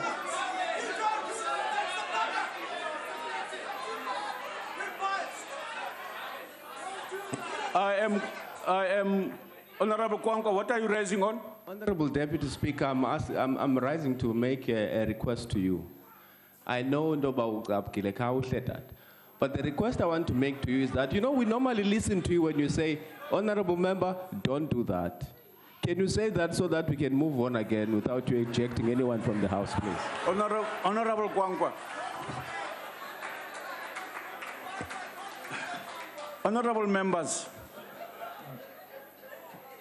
the rule that requires us to be orderly, to listen to the chair when we ask you not to do things, and you repeatedly continue to do it, is Rule 51. And when you contemptuously refuse to allow us to conduct the House in that order, you will have to go out, honorable members. Honorable Steenhuisen, and you know that rule. Yes. No, I'm telling you, Honorable Steenhuisen, I'm asking you to realize that your insistence of doing that is out of order, Honorable Member.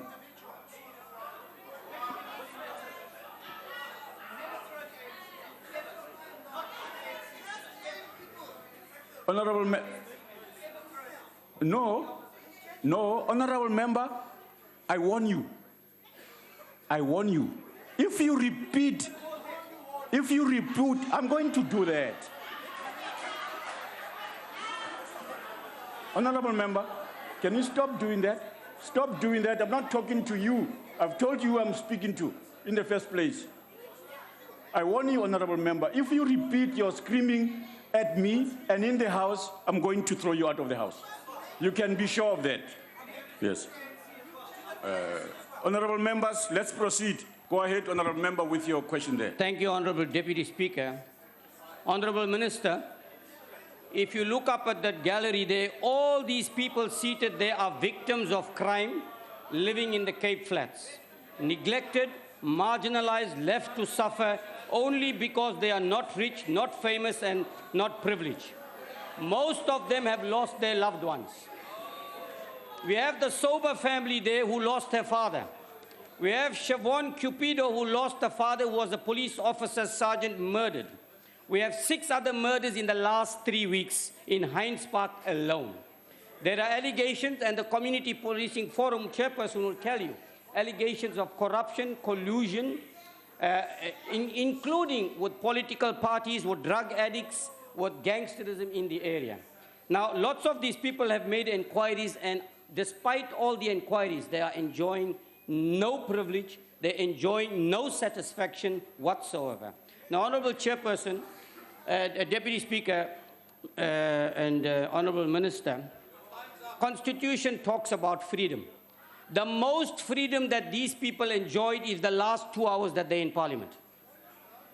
They don't know what is freedom. They don't know what is safe. They don't know what is secure environment, Honorable Minister. Deputy Speaker, what are we going to do? What Yes. are we going to do to create that Speaker. environment so they can live, Deputy live in a Speaker. safe environment and be treated equally to everyone else? Deputy Speaker, according to Rule 1136, a member can only ask a follow-up question for a period of 1 minute. And I'd like you to enforce that No, rule, Honorable please. Member, I'm looking. You just interrupted. The clock is in front of us. There's a clock here. I don't control the clock here. You are disrupting a member unnecessarily here. There's a clock here, and I'm looking at the clock. I don't need you to tell me what time it is. Take a seat, Honorable Member. You've asked your question. Honorable Minister. No, thank you very much, Deputy Speaker. Sir. I think it's a very crucial question. The question of how do we go about creating safe and secure environments where we live as ordinary citizens. For starters, I think the starting point would be that around the specific issues that you have just raised, which of course you'll appreciate, it's the first time I hear that there have been specific sort of incidences and grievances that do need to be addressed. I would really appreciate if those could also be brought to our attention so that we're able to begin to address them, at least at our level. That's one thing. The second thing is that we have got to mobilize quite an integrated effort right across the social spectrum. First and foremost is the question of the provision of policing infrastructure, which is quite an issue. For instance, the issue of police stations, mobile and or otherwise. We are prioritizing Western Cape, for an example, for about 6 mobile police stations in the next few months and so on.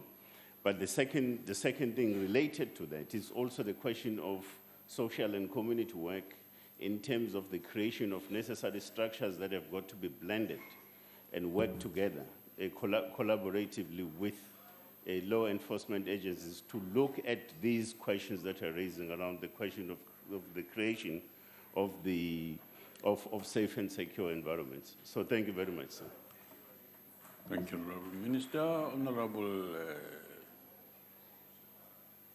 Mulebatsi of the ANC. Ke go leboge motlatsa mmusa kgotla ke go leboge tona ka karabo e manontlhotlho. Give him a chance, Honorable Member. He's handling a contraption there for his ear.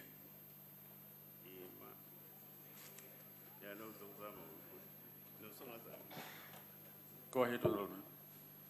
Me ke tswelele ka gore the new structure of the SABC makes provision for a national management intervention division. In a case of a station or unit where systemic trend of allegations of corruption are made against police officials, would the National Management Intervention Division be deployed to address the situation? I thank you. Honorable Minister, go answer the question, especially the first part.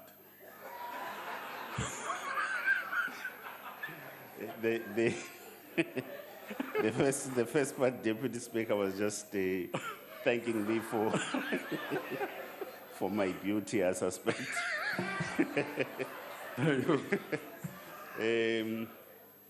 No, but seriously on this question, the National Management Intervention Team is largely designed to look at the question of performance at police station levels and so on. So in case you have issues of corruption and any other allegations, it would really largely depend on the nature and character of such allegations. But we would certainly know, Honorable Mulebatsi, that the question of such allegations, for an example, they need to be channeled largely to rather independent bodies that can then look into allegations of that particular nature. But the point of emphasis on the question of the National Management Intervention Team is more to do with trying to improve, making interventions with a view to improve levels of performance at police station levels. Thank you very much, sir. Thank you very much. Honorable Mati, ke tokelo ga go mma gore o bue ka Setswana o bo hetse potso ga go ka Setswana o ska tshaba ha re ska ra tswa o bua dipuo tsa rona e bile tsatsi le ke Africa Day. Honorable Mbele. Ngiyabonga, Sekela Somlomo. Reminding this House that policing is in fact a national competency and that therefore complaints of corruption and collusion are for the ANC national government to answer. I put it to the Minister that the key reason for failure to reduce corruption and collusion in the police service is the weak enforcement of accountability. Now, last week, the suspension of the KZN Police Commissioner was more than a year overdue since findings of alleged involvement in supply chain corruption were made against her by the IPID. And in fact, Minister, you have been complicit in this culture of impunity because when the director of the IPID, who is now the subject of a political witch hunt and suspension against him, when he wrote to you on 13 January last year in this letter recommending that you intervene in that situation, you neither responded nor acted accordingly. So my question, Minister, is why are you so soft on enforcing accountability for corruption and collusion in the police service? Honorable Minister. I just do think, though, Honorable Mpele, that there is a contradiction in your very same sort of assertion. The one part you say we are soft. On the other side, you are also making specific examples about where we have had to act, for an example. Now, and your gripe appears to be around the time it takes to get there, right? Now, we will all know and appreciate that when it comes to issues of discipline, be it legal and or otherwise, and even administratively, there are particular processes that you do need to ensure and follow. Because if you don't follow those particular processes, you run the risk of conducting unfairness, for an example, when it comes to dealing genuinely with the issue at hand, and so on. So the point here is that I do think that you are mistaken to think that we are not taking corrective action where it needs to be taken. We actually do. And you know that for a fact, sir. Thank you very much. Honorable members, Honorable Singh. Oh, yes, Honorable Singh, your name is here. Go ahead. Oh, thank you, Deputy Speaker. I thought you'll miss me out for the second time. Honorable Deputy Speaker, Honorable Minister, unfortunately, we do not have the benefit of this 4-page answer because maybe it answers to the question, which is not the people of the Western Cape, but the people mainly in Lenasia and in Bayview. Now, my information suggests, Honorable Minister, that in the Bayview Flats area, the incidences of drug abuse is alarming. What we want from you is an assurance that you will get your Commissioner of Police or your task team to instigate an investigation unannounced. No police must know about it at the local police station because what happens is they themselves go and inform people in the area that there's going to be a raid, everything gets hidden. There are items like jelly tots which are being used to carry drugs. And I've been informed, and I say this under parliamentary privilege, that a known dealer is the brother of a local ANC councillor in that area. So what we want to know, want from you is an assurance that there will be this unannounced raids in the Bayview Flats Honorable area. Member, Thank your you. term has expired. Honorable Minister. No, Deputy Speaker said, thank you very much, Honorable Singh, for such a suggestion. We'll definitely follow it up. Thank you very much. Thank you, Honorable Minister. The next question.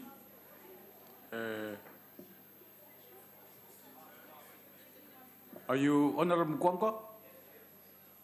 What's that, Honorable Member? No, I'm rising on a point of order.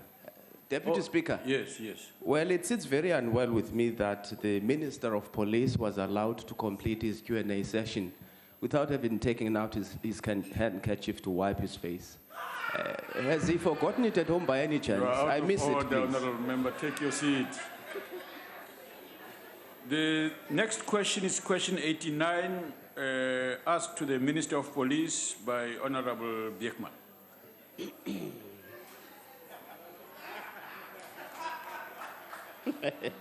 So at least I've done it, Deputy Speaker, sir.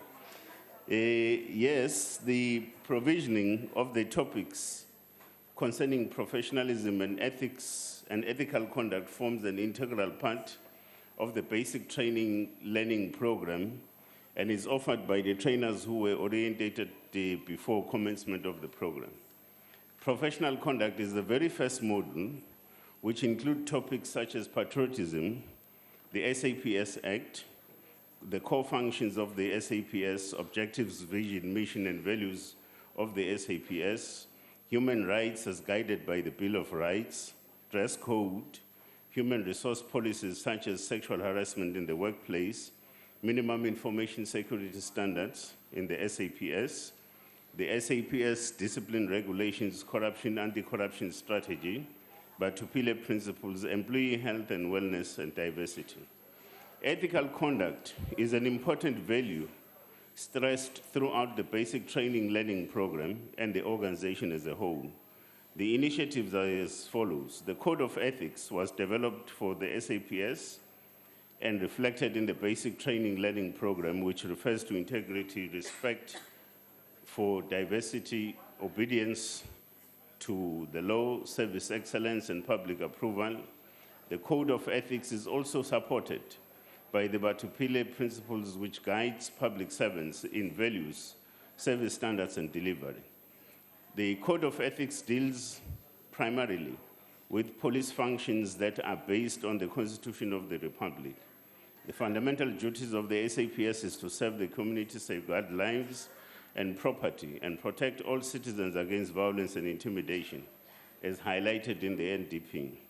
The new recruits are trained to adhere to the SAPS discipline regulations as reflected in paragraph 1A. This type of training is reinforced upholding the ethical values that are inculcated in the new recruits.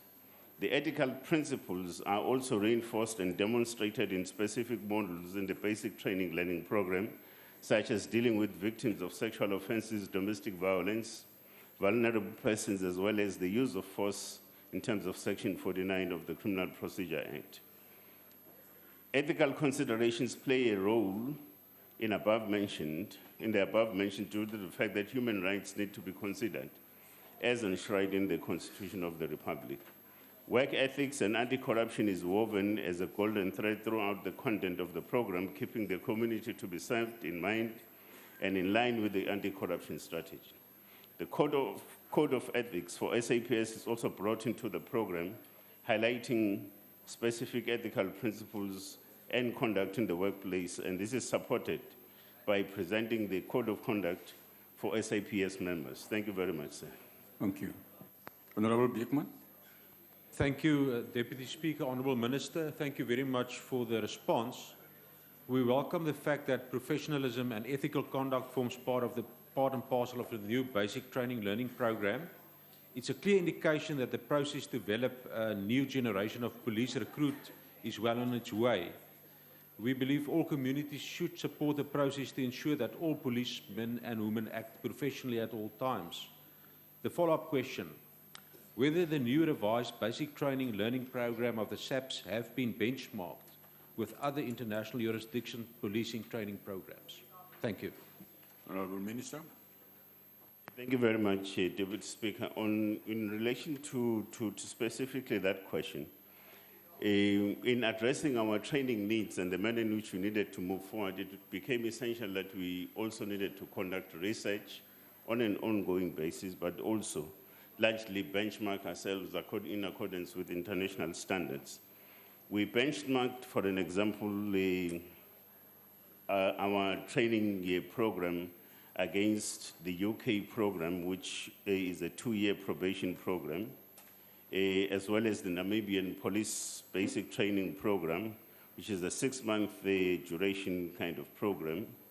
The Los Angeles Police Department, which is a 6-month program, as well as the New York Basic Course for Police Officers, which is for a duration of about 4 months. So it became necessary that we also needed to ensure that in reviewing and refining our training programs and the duration thereof, we needed to take into account what the international benchmark and standard is in this regard. Thank you very much, Deputy Speaker. Honorable Kebekulu. Angithokoza sihlalo Sekela Somlomo mhlonishwa ngqongqoshe sekuyinto ejwayelekile nevamile ukuthi nxa ngabe kukhona imbhikisho yokunganeliseki nxa ngabe kukhona ukunganeliseki ebantwini ngokwethula kwezidingo zabo kube khona umphumela omubi la khona ogcina kube khona abantu abaswelakalayo noma balimalayo bephethele ezibhedlela umbuzo wami cishe ufana nokamhlonishwa obenza umbuzo wokulandela uthi ke what is the comparative difference in the training process that SABC new recruits undergo in terms of the theoretical and practical aspects of the training in order to handle service delivery protest without fatal consequences given the new reduced training period? I thank you. Deputy Speaker, am I allowed to sign? Yes, go ahead. Thank you very much, sir. Firstly, the question of what you referred to in the visit,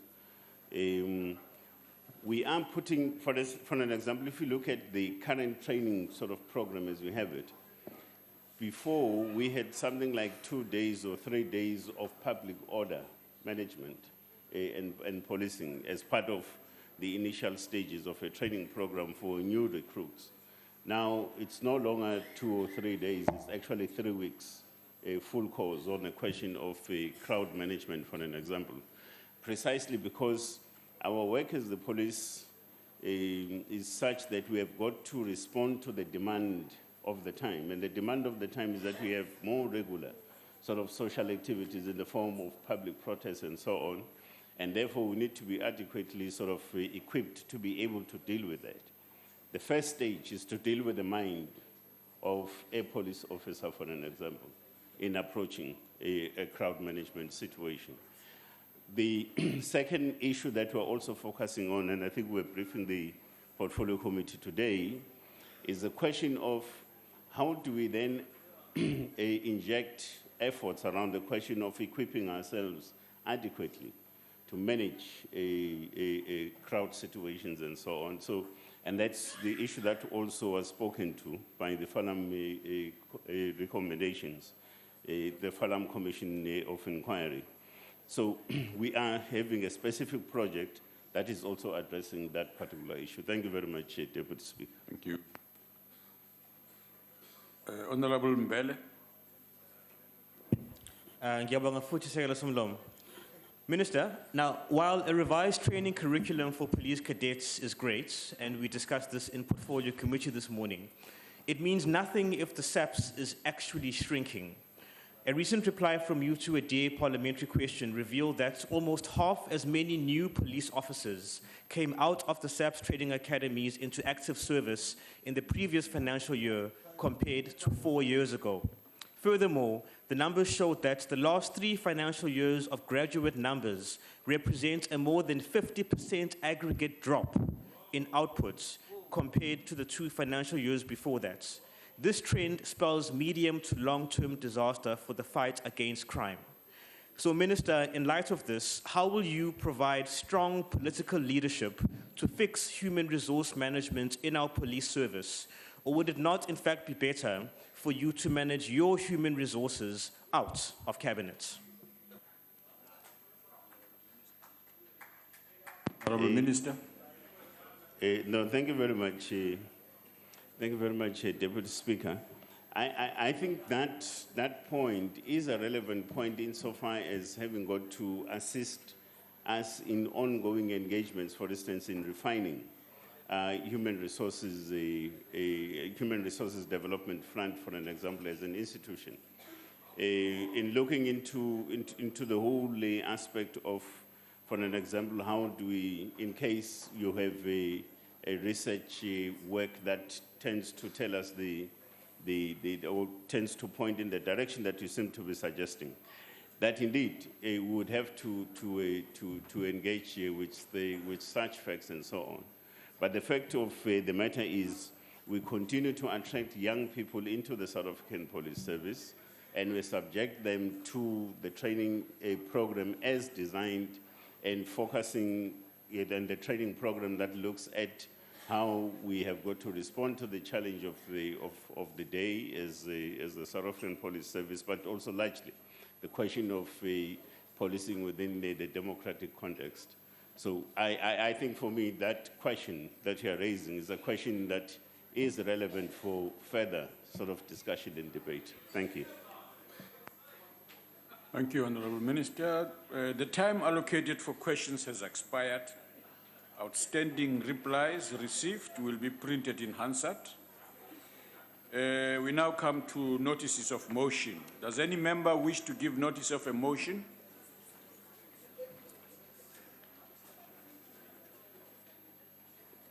Yes, Honourable Member.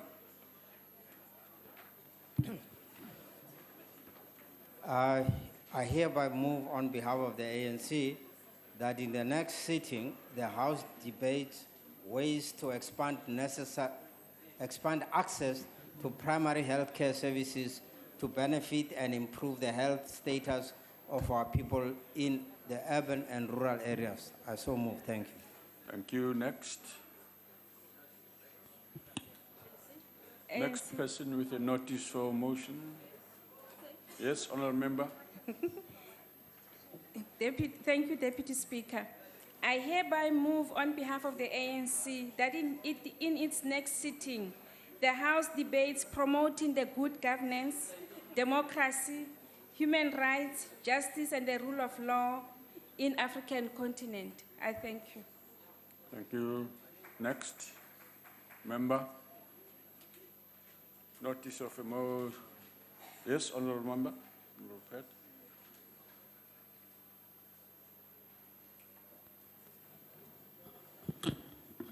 I hereby move on behalf of the African National Congress that in its next sitting, the House debates building a prosperous Africa based on inclusive growth and sustainable development. I so move. Thank you. Next notice. Yes, Honourable Member.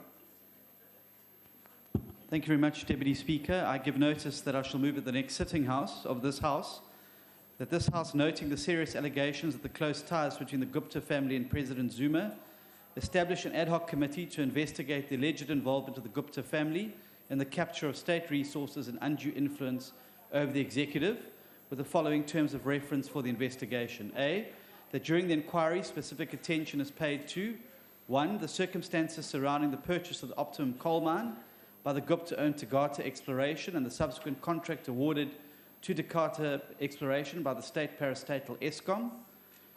2, the involvement of members of the Gupta family in the appointment processes of executive member positions, with specific reference to the following allegations. A, the acknowledgement of Ms. Faiki Mentor that the Gupta family offered her the position of Minister of Public Enterprises.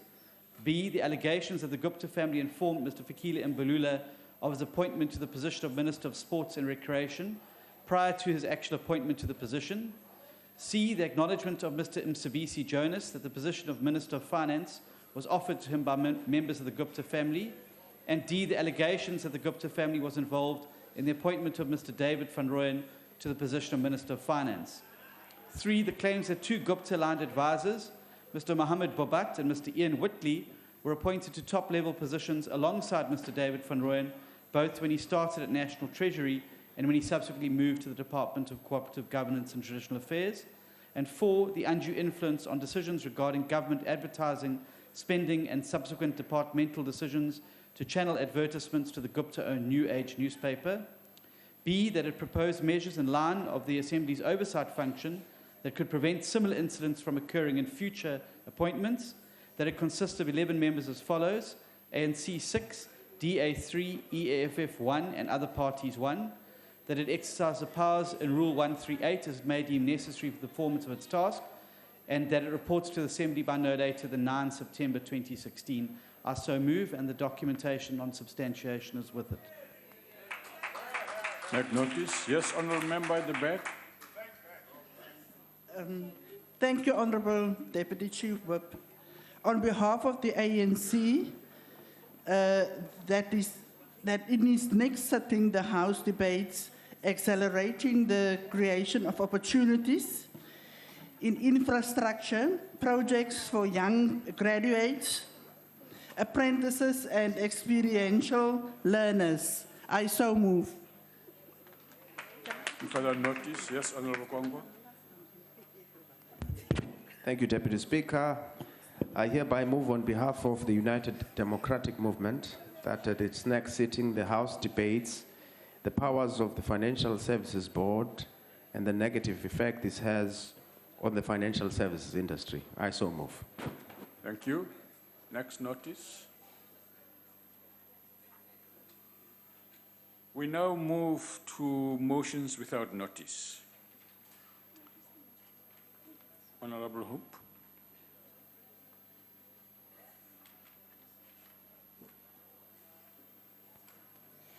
Thank you, Honourable Deputy Chairperson. The No, African Honourable National Member, speak to that thing. What did you say? Sorry, Honourable Deputy Speaker. The African National Congress moves without notice that the House 1 congratulate Baroka Football Club for being promoted to the Premier Soccer League after a 1-1 draw against Milana United at the Peter Macabre Stadium on Sunday afternoon, 22nd May 2016. 2 notes that from the onset, Baroka played impressive football and has simultaneously upset big Premier Soccer League clubs in the Nedbank competition. 3 recognizes that this promotion has made the people of Mpashlele and surrounding villages in Limpopo, where Baroka comes from, proud, knowing that they have a club in the PSL. 4, further recognizes that the promotion will also offer young people from those villages role models to emulate and hope for the higher future. And 5, wishes Baroka FC more success in the highly contested Premier Soccer League. I so move. Thank you.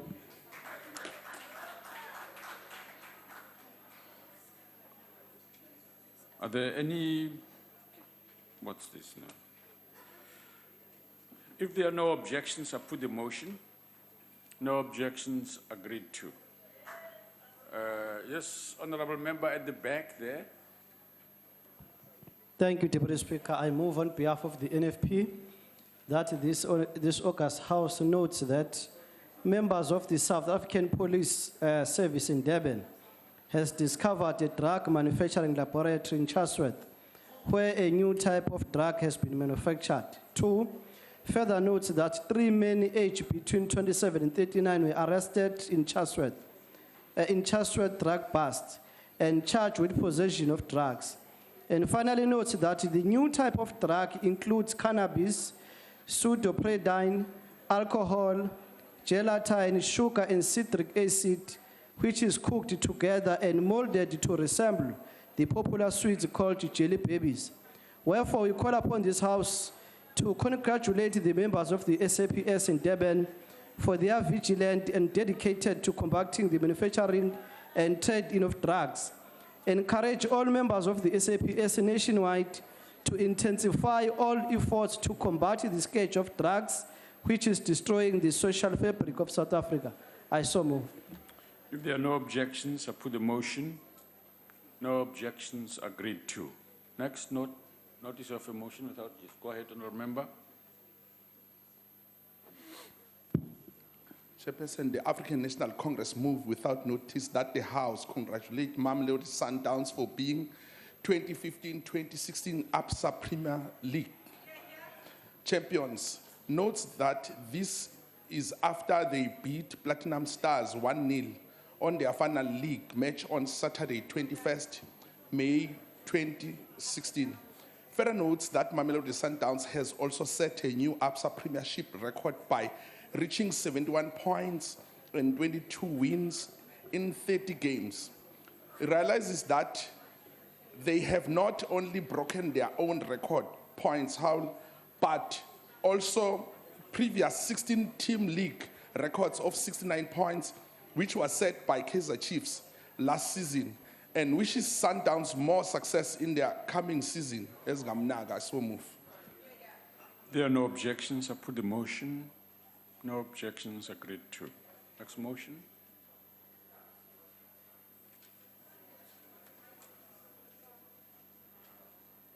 Honourable members, that deals with the motions without notice.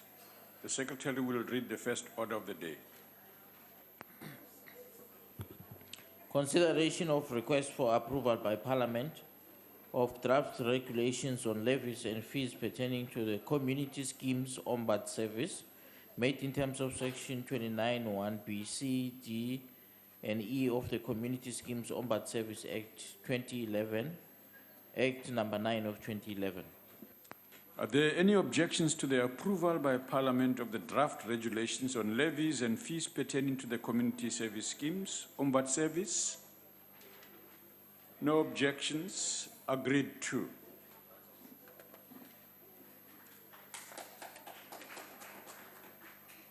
The Secretary will read the last order of the day.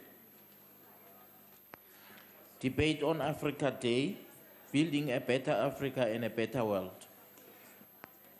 The Honourable Deputy Minister of Energy, Mata.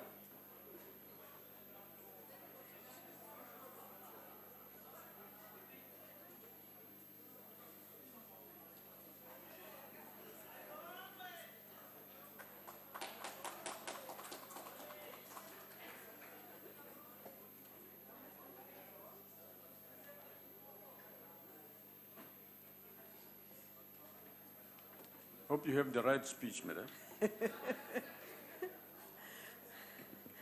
Honorable Deputy Speaker, Honorable Ministers, Deputy Ministers, Honorable Members, guests, and fellow South Africans. The project of building a better Africa and a better world began formally 53 years ago with the birth of the Organization of African Unity. Allow me, therefore, to take us and remind us of this epic journey very briefly. On the 25th May 1963, 32 independent African states gathered in Addis Ababa, Ethiopia, to establish the OAU. As other nations gained their independence, they swelled the ranks of the OAU till it reached 53 at the time of the African Union that was born in 2002. South Sudan became the newest member of the African Union at number 54 in July 2011. The main objective of this continental body was to promote unity, solidarity, and the independence of all African states. This included coordinating and intensifying cooperation and efforts to achieve a better life for the peoples of Africa, to safeguard their sovereignty and territorial integrity, and to rid the continent of colonialism and apartheid. The OAU at that point was the only continental body in what was called the post-colonial Third World. It made sure that Africa's voice was heard in the international arena, and its unity was its strength. Leaders and giants of liberation struggles such as President Julius Nyerere of Tanzania, Kenneth Kaunda of Zambia, worked tirelessly to ensure, as far as possible, peaceful resolution of conflicts within and outside the liberation movements. Their skill and commitment was tested to the limit with the assassination of Eduardo Mondlane, the leader of Frelimo, that caused a leadership crisis. Their wisdom and patience enabled the freedom fighters to regroup and move forward. They ensured that none of the liberation movements, irrespective of the crises and challenges, ever lost sight of the ultimate goal, the liberation of their people. These two leaders in particular kept the African flag flying high and were worthy representatives of the departed African giants. Ben Bella was Algeria, Unasa of Egypt, Nkrumah of Ghana, Toure of Guinea, to name but a few. It was at the same constitutive conference of the OAU that the Liberation Committee was set up, to be headquartered in Dar es Salaam at the invitation of Mwalimu, President of Tanzania. Its role was to mobilize financial and material resources, logistics support, arms, training, and publicity for the liberation movements that were officially recognized by the OAU. We continue to salute Comrade Malumu, the freedom fighter, a great son of the continent. Once we achieved our liberation, the OAU Liberation Committee was dissolved in June 1994 in Tunis.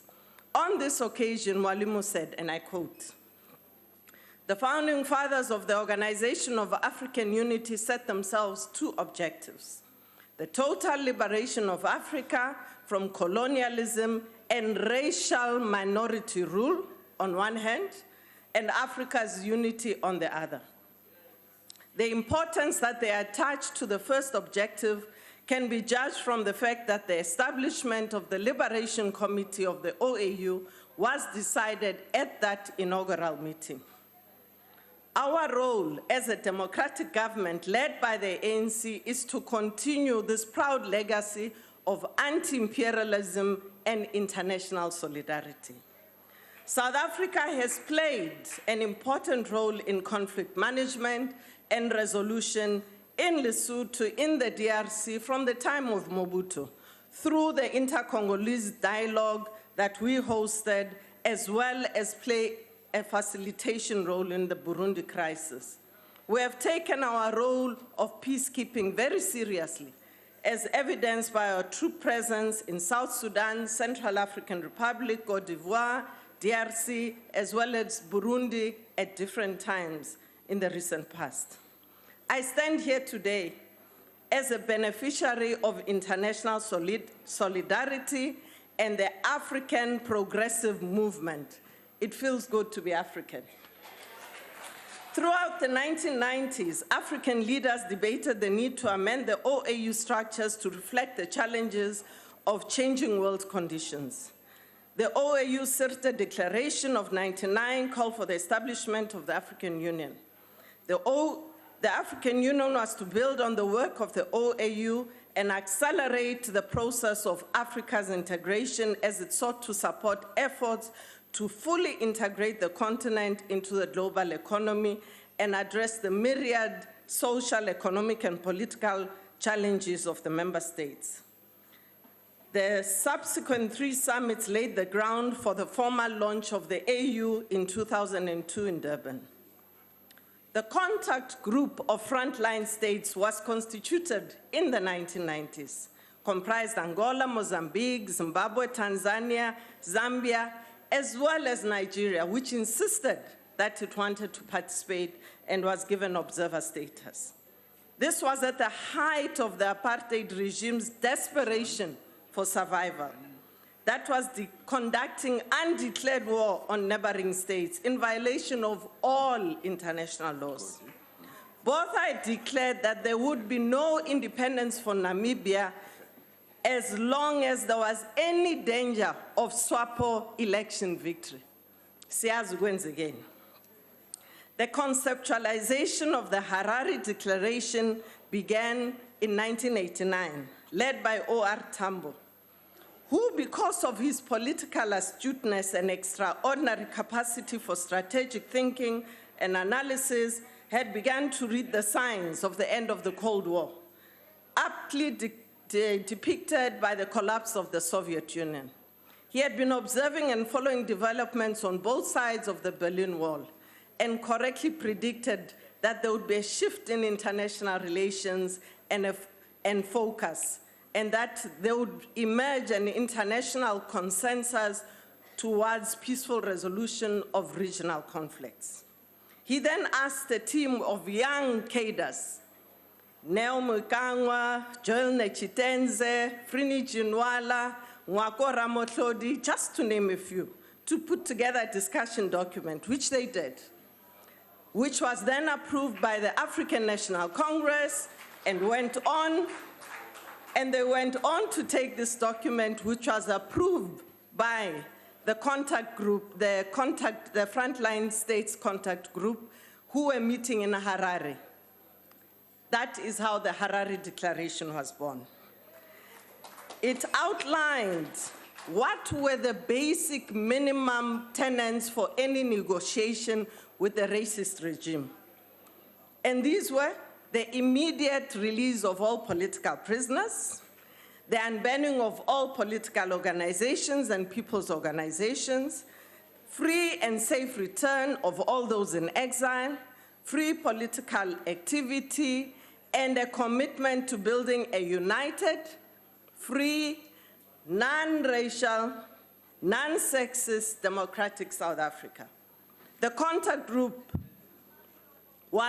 then took this to the OAU, which then instructed that it should go to the United Nations. It was duly adopted and renamed on the way forward to a united, non-racist, and democratic South Africa.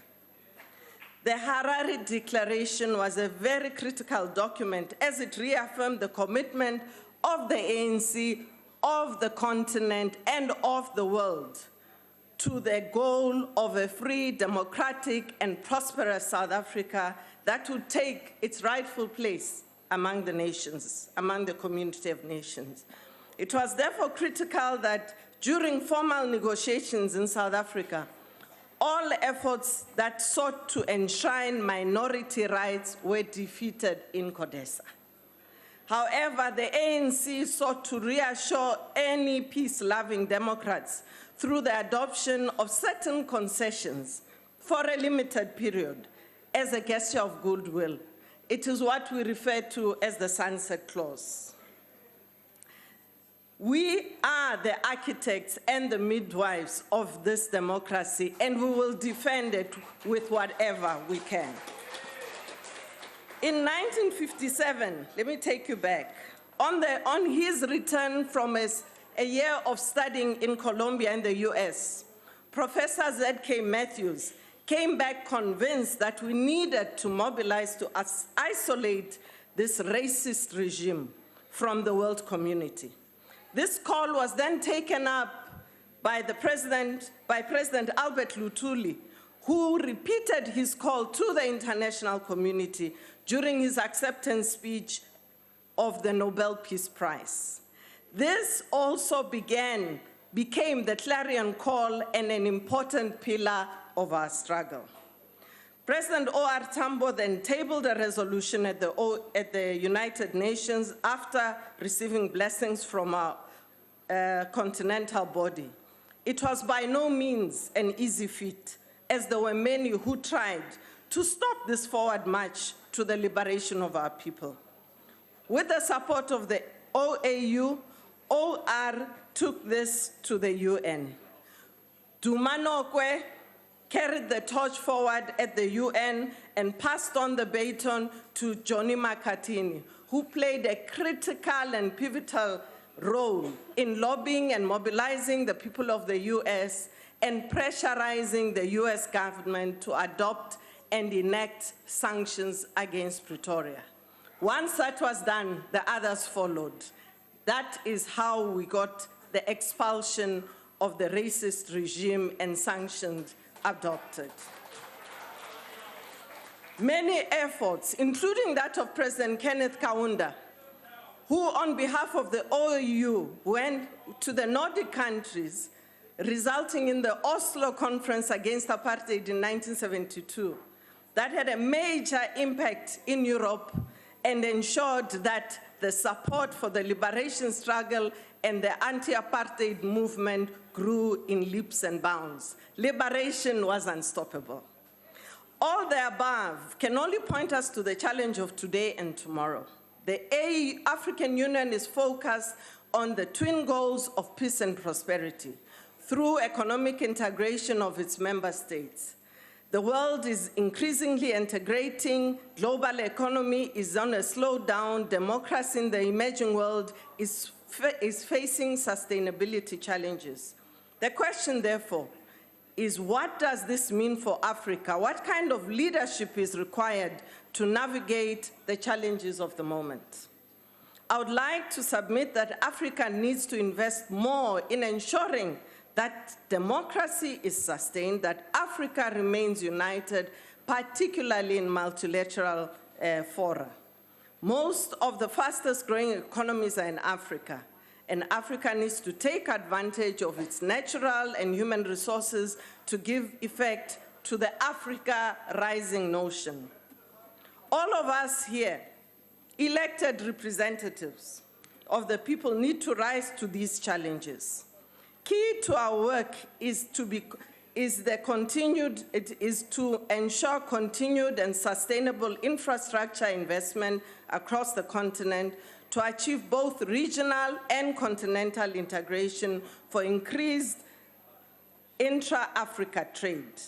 We must take advantage of bodies like BRICS. Honorable Speaker, too many people and too many nations have sacrificed for us to sit back in the face of growing incidents of xenophobic violence and intimidation.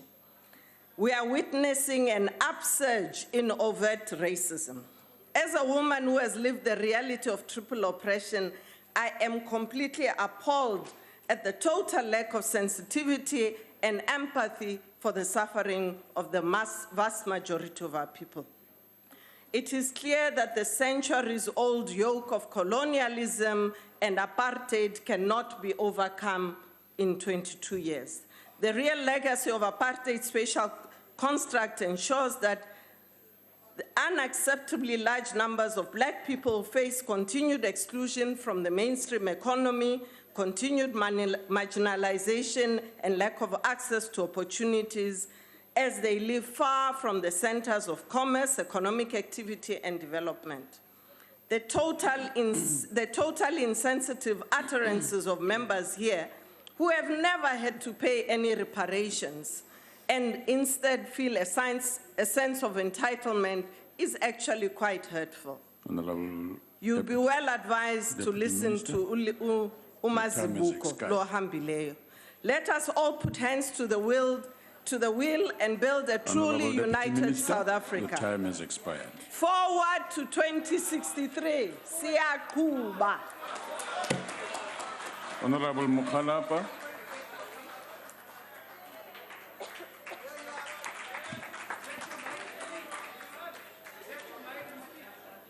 Thank you, Deputy Speaker.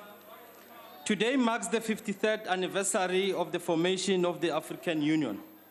We salute the founding fathers and forebearers of this august institution and the principles and values for what it was intended to do in the African continent. Since the establishment of this organization, some noticeable progress and success have been achieved, including the fact that Africa is part of the 7 fastest growing economies in the world.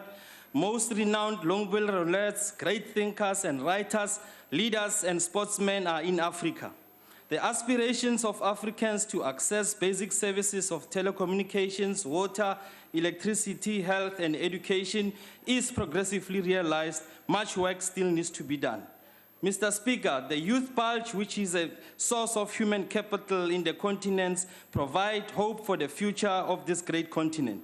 The right to self-determination, political and economic freedom, sovereignty, independence, and development are the key values of the founding values of the African Union.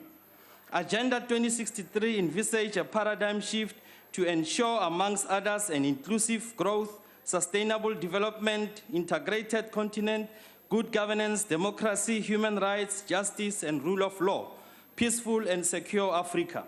These are noble, bold intentions. However, they would not happen on its own, and it's not an overnight work. It's work in progress that needs bold, innovative, new thinking, and visionary leadership that is not held back by old imperial, colonial, and slavery thinking, but focused on the 22nd century and building progress for the future generation. The African Peer Review Mechanism and the NAPAD programs, founded 13 years ago, gives hopes to the awakening of Africa's potential by ensuring that African states monitor each other and learn from each other's best practice through innovative governance, assessment, and promotion tools, and gives recommendations to stimulate growth. This initiative stimulates economic, social, political, and cooperative governance.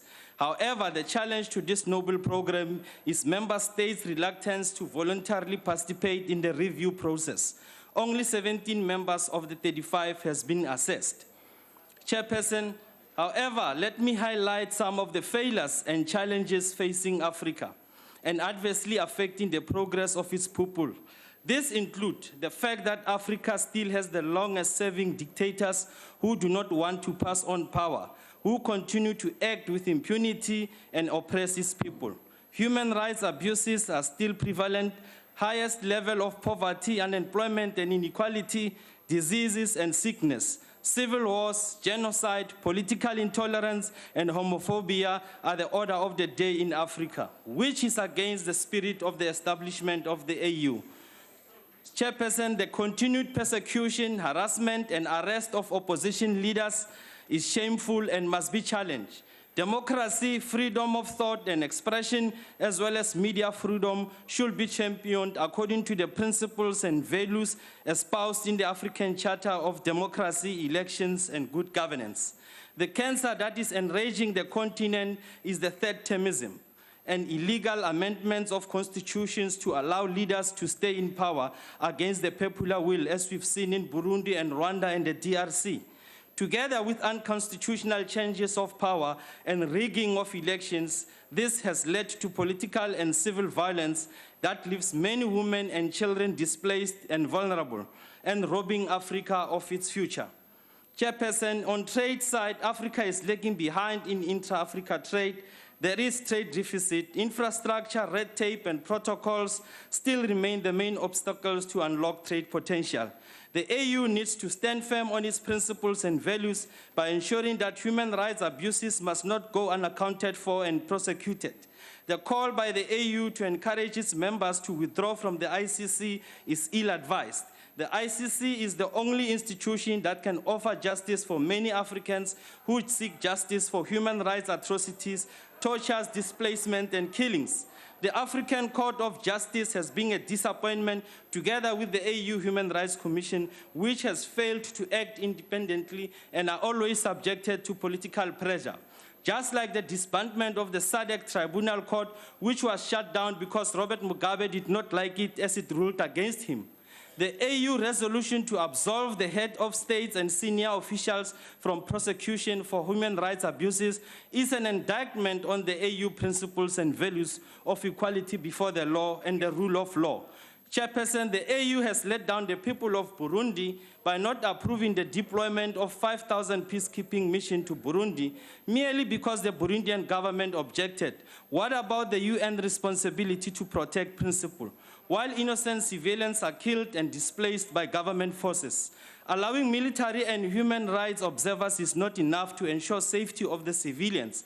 The AU further let the Sudanese people down by rolling the red carpet to a wanted war criminal and fugitive of law, al-Bashir, to the AU meetings. Shame on the AU member state collective, who are protecting one man at the expense of 2.5 million women and children who are displaced and 300,000 killed by his government. In conclusion, Chairperson, there is hope for Africa, and that hope is in its young lions, who are the majority, who are starting to reject liberation movements, who has lost ideas and are trapped on colonial, imperial, and slavery mentality. We need new, fresh ideas to take the continent forward. These young lions are encouraged by the liberal principles and values of freedom, democracy, individual rights, human rights, free market economy, rule of law, equality before the law, freedom of expression and belief and association. The African Liberal Network, which has grown to 47 members parties in over 30 African countries, is taking over governments in Africa, ensuring that we bring liberal governments. Above all, there is hope that Africa will rise again to its destiny of revival. I thank you. Siyabonga. Siyomema manje umhlonishwa Msimang.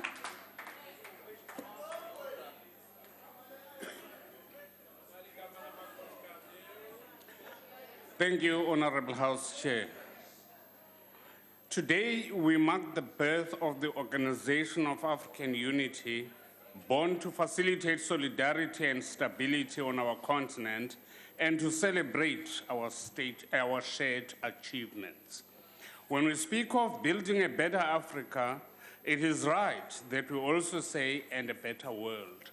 For the African continent is neither isolated or insulated, and what we do here has an impact in the global village.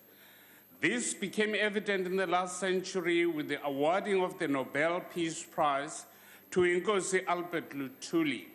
He was a son of Africa, yet his ideas were recognized throughout the world. It is fitting that Africa celebrates its own, and the OAU did so by bestowing posthumous award on Nkosi Luthuli through King Moshoeshoe II. Prince Buthelezi accompanied Ma Nokukhanya Luthuli to Lesotho, where he spoke on behalf of the entire liberation movement. Prince Buthelezi is one of those giants who has championed the interests of Africa throughout the world while remaining a leader on African soil. Like many of the greatest African leaders of his generation, his political ideas were forged at the University of Fort Hare. On Africa Day 2016, the centennial celebration of Fort Hare must take center stage. From these universities, leaders emerged that would shape the African continent. 5 African heads of state graduated from Fort Hare, their political conscience galvanized towards the liberation of Africa, both politically and economically. Thus, South Africa became one of the centers of a continental liberation struggle. We should be proud of this heritage, knowing that the ideas of freedom and democracy were ignited on our soil and spread throughout our continent. It began on a university campus and took hold across Africa. In sharp contrast, we cannot help but acknowledge the seeds being sown on the university campuses of our country today. These are not seeds of a revolution, but seeds of anarchy. Social justice is not born in the destruction of property and the disrupting of learning. Tragically, we are not witnessing the beginning of a new wave of liberation, but what we are seeing is a generation fighting with wrong tools to achieve what can only be achieved through knowledge, education, and mentoring. I thank you. Sithokoze. Mhlonishwa Shaiki, ma'am.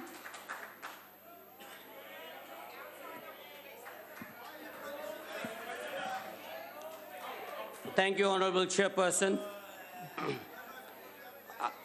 I sometimes wish the Minister of Sports and Recreation would be here so he can teach my colleagues how to play the ball, not the man. Honorable Chairperson, today we celebrate the founding of the Organization of African Unity on the 25th of May, 1963, the front runner of the current African Union.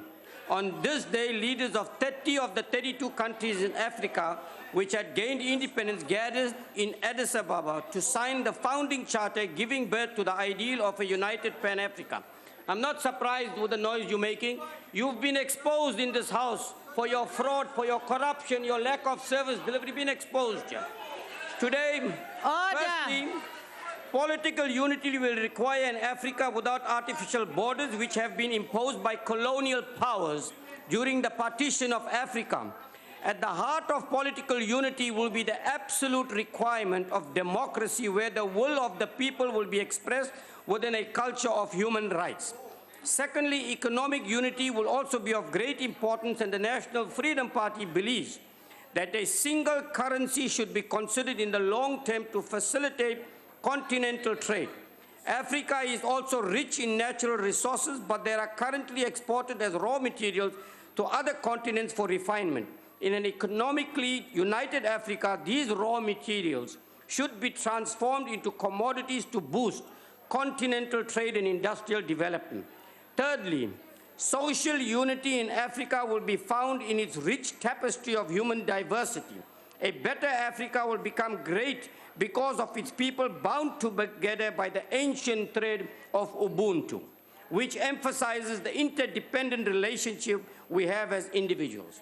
Most importantly, Africa united socially will unlock the caring nature of collectivism as opposed to the highly individualistic ethos currently dominating social life, and the world certainly needs more care. Chairperson, for African problems, we need African solutions. We need to reach out to our fellow Africans and resolve our differences through dialogue and cooperation rather than confrontation and conflict. Ours is a forgiving continent. Honorable Chairperson, let us not allow imperialists to divide and rule us Africans and loot all our valuable resources. A lot of the unrest and civil unrest in many countries are caused by imperialists and other Western countries that are after our resources. Finally, Chairperson, a better Africa will contribute to a better world, for we have much to offer. In unity, we can steer Africa to greatness, and we can use our immense wealth of natural resources to bring prosperity to the people of our continent. Through political unity, we will restore the dignity of the African, which have been destroyed by colonialism, and socially will unlock the human potential of all Africans. Thank you.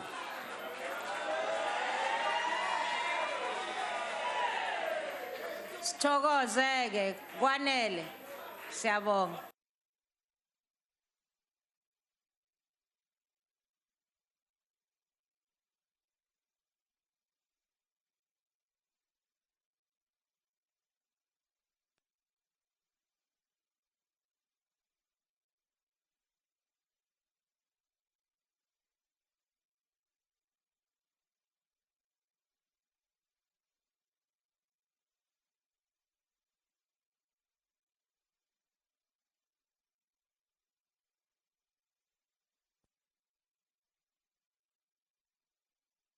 Underway. Borrowing the words of Pixlika Seme from his 1906 Regeneration of Africa speech, this was a period, and I quote, when Africans set their pride in their own race and ability over and against a hostile public opinion, end quote. Motivated by the African humanist philosophy of Ubuntu, which according to Kenyan theologian John Beatty means, I am because we are, and since we are, therefore I am. Africans knew that their freedom was incomplete without the total liberation of other Africans. Nowhere is this more succinctly captured than in the words of Haile Selassie from the same speech again, when he says, and I quote, our political and economic liberty will be devoid of meaning for so long as the degrading spectacle of South Africa's apartheid continues to haunt our waking hours and to trouble our sleep, end quote. Fellow South Africans, please grant me atonement for putting you to sleep with what appears to be a succession of boring quotes.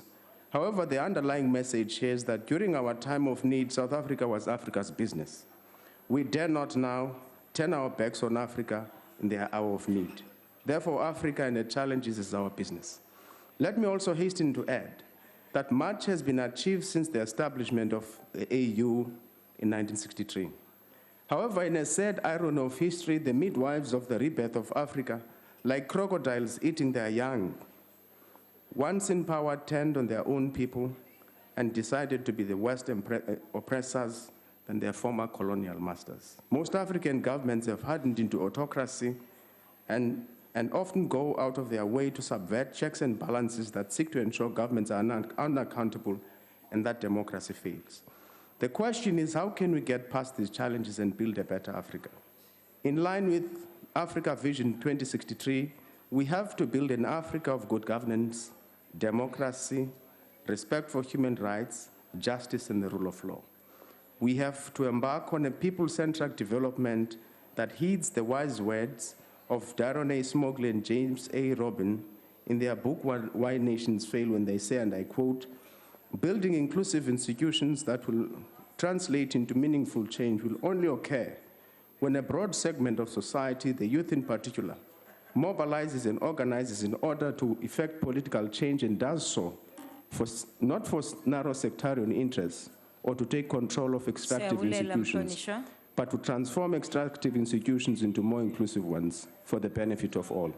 I thank you. Sithokoze. Akhbaralit Milde.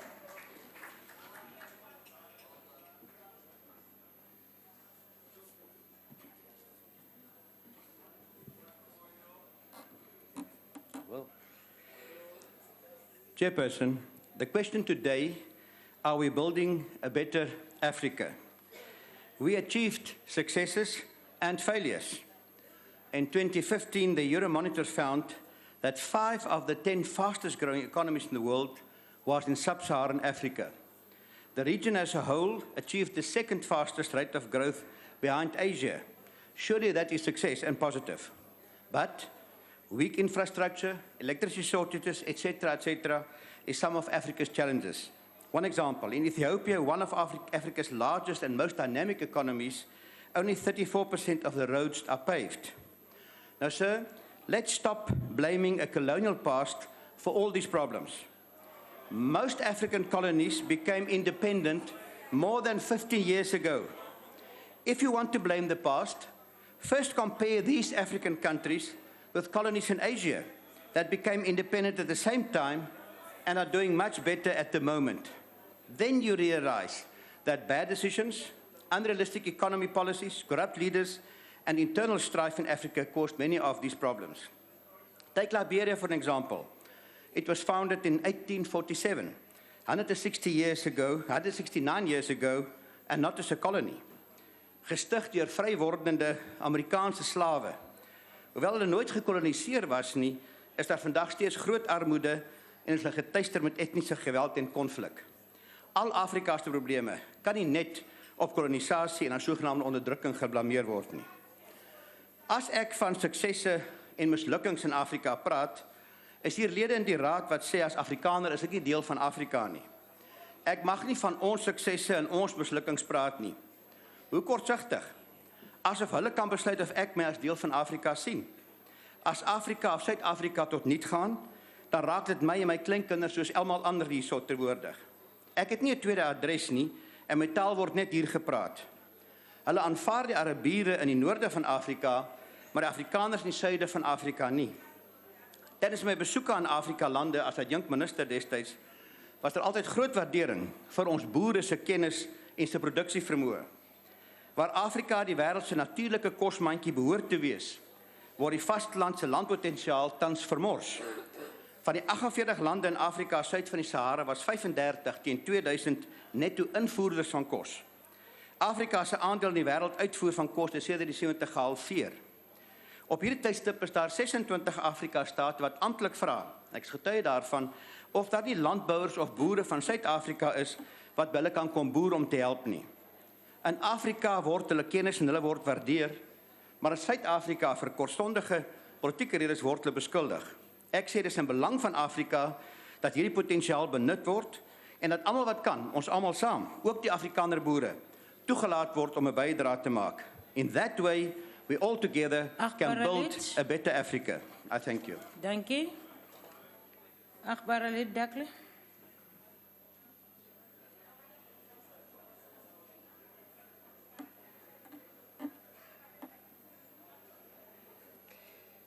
Thank you, Chair.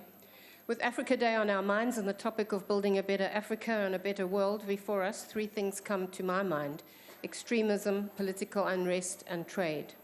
Interestingly, according to NGOs working on the ground in Africa and across the world, there is often a connection between high restrictions on freedom of religion and belief in a society and high levels of violent conflict and military spending, poor economic development, a slow status and participation of women in social and economic matters, and poor health are also generally evident.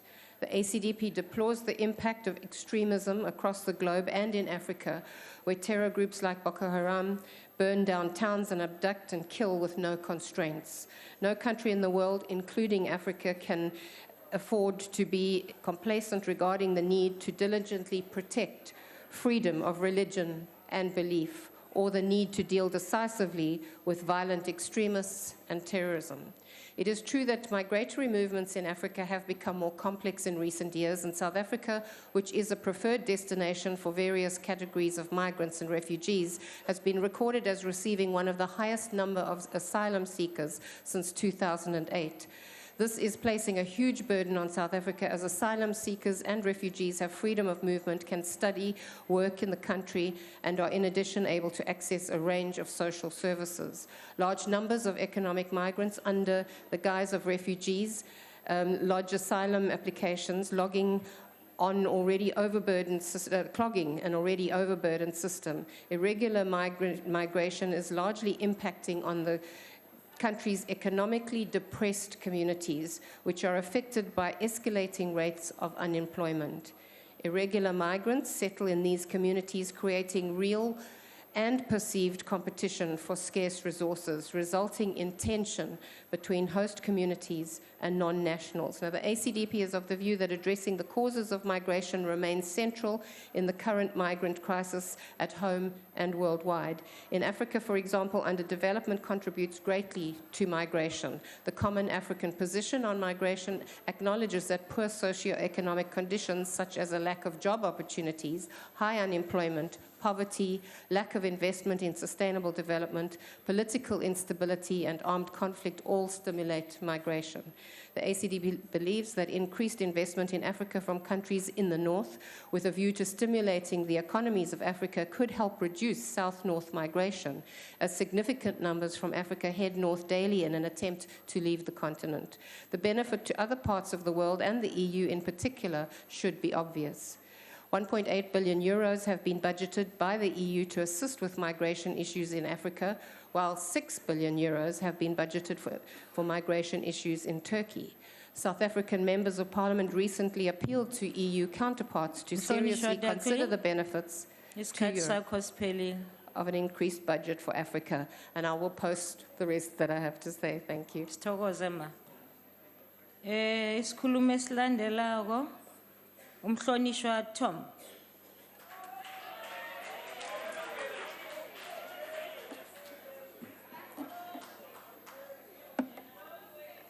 Ngangane ntsibazayo asikwazi xa sikhumbula olusuku ukungajongi emva apho sisuka khona. Ngalo lonke ixesha ndisima phansi, ndisima kule ndawo ndime kuyo, ndiyibona ibalulekile into yoba ingakumbi abantu abatsha bayazi apho sisuka khona. Kuba ukuba akuyazi apho usuka khona, akusoze uyazi apho uya khona. Mabayiqonde kakuhle into yokuba into eyenzeke izolo, ukuba ayithethwa isenokuphinda yenzeke ngomso. Umhlaba weAfrika wacandwa ngabacinezeli. Bawucanda ngokwentlantlu zabo, ngokuthanda kwabo, nangeelwimi zabo. Sisohlulwa ngokuba ngama-French, sikwilizwe eliphethwe ngama-French siseAfrika, ngamaPhuthukezi, ngamaNgesi, nangabanye abantu. Oko ke kwenza umbhodamo kwiAfrika ngokubanzi. Kwaqhuma imfazwe, kwakho ukruthwa-kruthwano, ngenxa yokunyoluka kongqondogqwirha, benyolukele uqoqosho lwelizwe laseAfrika. Kulapho ke kwavela umbutho we-Afrika emanyeneyo, i-Organization of African Unity, eye emva kwexesha yabizwa ngokuba lumbimbi lwe-Afrika, African Union. Ngolu suku lwanamhlanje lwama-25 kwinyanga kaCanzibe, wazalwa umbono ophuhlileyo wokuba mayibuye inkcubeko ye-Afrika. Umbono we-Afrika womnyaka wama-2063, Vision 2063, ingakumbi kumnqweno wesihlanu, Aspiration 5, uyayicacisa phandle into yokuba asinakuze sifezekise nto singakhange sigxininise kwinkcubeko yethu, sigxininise kubuthina bethu, kumagugu namafa ethu, nakwiziseko ezikhokhelela kwindlela yokuziphatha nakwindlela esiphila ngayo ubomi bethu. Kulonto ke kufaneleke ukuba sazi into yokuba umntu ubekwa phambili. Kwinkcubeko yase-Afrika kubaluleke umntu ngaphezu kwayo yonke into. Enye nenye into ilandela emva komntu. Kulonto yokubaluleka kwakhe umntu akabi ngumthuzimele, koko uba yinxalenye yemizamo eyenziwa luluntu ngokubanzi. Asibonisile ke amazwe ase-Afrika kule nto ngexesha lobandlululo. Amaxhoba engcinezelo eMzantsi Afrika awele imida ebunzimeni esiya kumazwe ase-Afrika besiya kulwela inkululeko yethu sonke sikule ndlu. Bawele oTele Bridge, bengena eLesotho, bephantsi koxinzelelo olungummangaliso, abacinezeli befutha phezu kwabo. Bawele eRamatlabhama, bengena eBotswana, umbuso womcinezeli uhleli kubo entanyeni. Amazwe ase-Afrika anjengo-Angola, ngoMozambique, Tanzania, iZambia, nazo zadlala indima enkulu ngokuqonda ukuba inkululeko yabo ayiphelelanga xa uMzantsi Afrika ungekakhululeki. Isembindini ke lento kwinkcubeko yase-Afrika into yoba umntu ngumntu ngabantu. Kodwa ke sihlalo obekekileyo, la mazwe ahlawule ixabiso eliphezulu kakhulu. Into yakuba basikhongozele xa sisuka eMzantsi Afrika idale umnyele kubacinezeli, bahlasela, baqhushumbisa kwiindawo ezihlala abantu. Loo nto yenza iziva nezivubeko ezisemzimbeni nezisemphefumlweni, kanti noqoqosho lwalamazwe khange lusinde. Ubugcisa yinto ephambili eAfrika. Ukuba umntu akazalwanga nayo, uzalelwa kuyo. Mandicaphule nje sihlalo, indima edlalwa ngumculo apha kubugcisa bethu empilweni yomAfrika. Thina ma-Afrika xa silusizi siyacula, kuba umculo usebenza njengechiza lokunyanga izivubeko esinazo emphefumlweni. Xa sivuya siyacula, kuba uvuyo lwethu sifuna ukuba sabelane nalo nabanye abantu. Xa sisiya emfazweni okanye edabini, siyagwaba. Ngokwenza oko ke, sintlatatha amadolo kumagwala, sifaka ivuso kumakhalipha. Uyibeka kakuhle lento uSteve Biko kwincwadi yakhe ethi I Write What I Like. Ndimcaphule. The major thing to note about our songs is that they never were songs of individuals. African songs are group songs. Though many have words, this is not the important thing about them.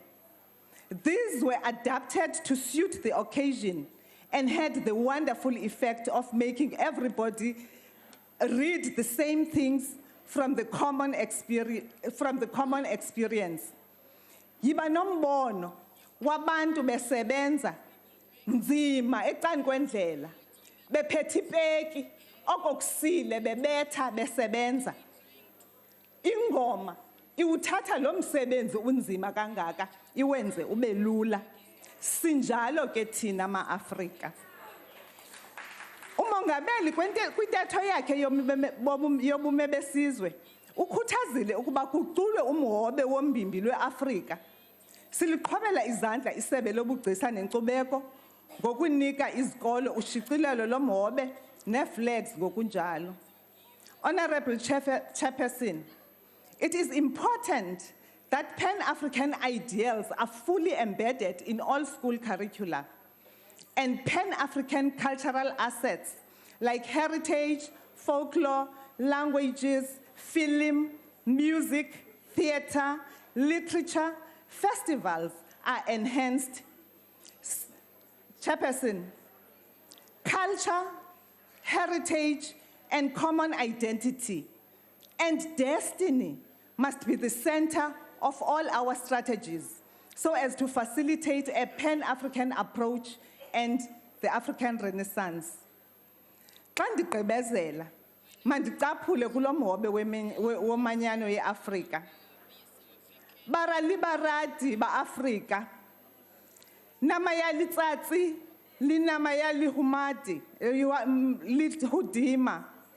Hari bukeng Afrika sikate sebuphelo.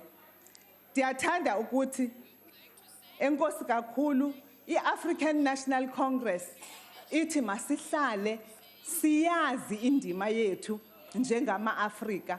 Kunjalo nje imbali yethu masingayeki ukuyithetha kuba kwabanye abantu iyalumeza ukuva amasikizi abawenzileyo ebantwini bakuthi base-Afrika.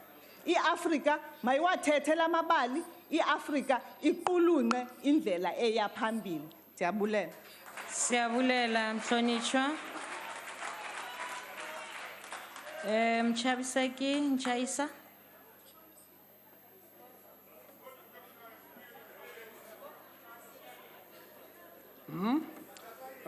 Thank you very much, Chairperson.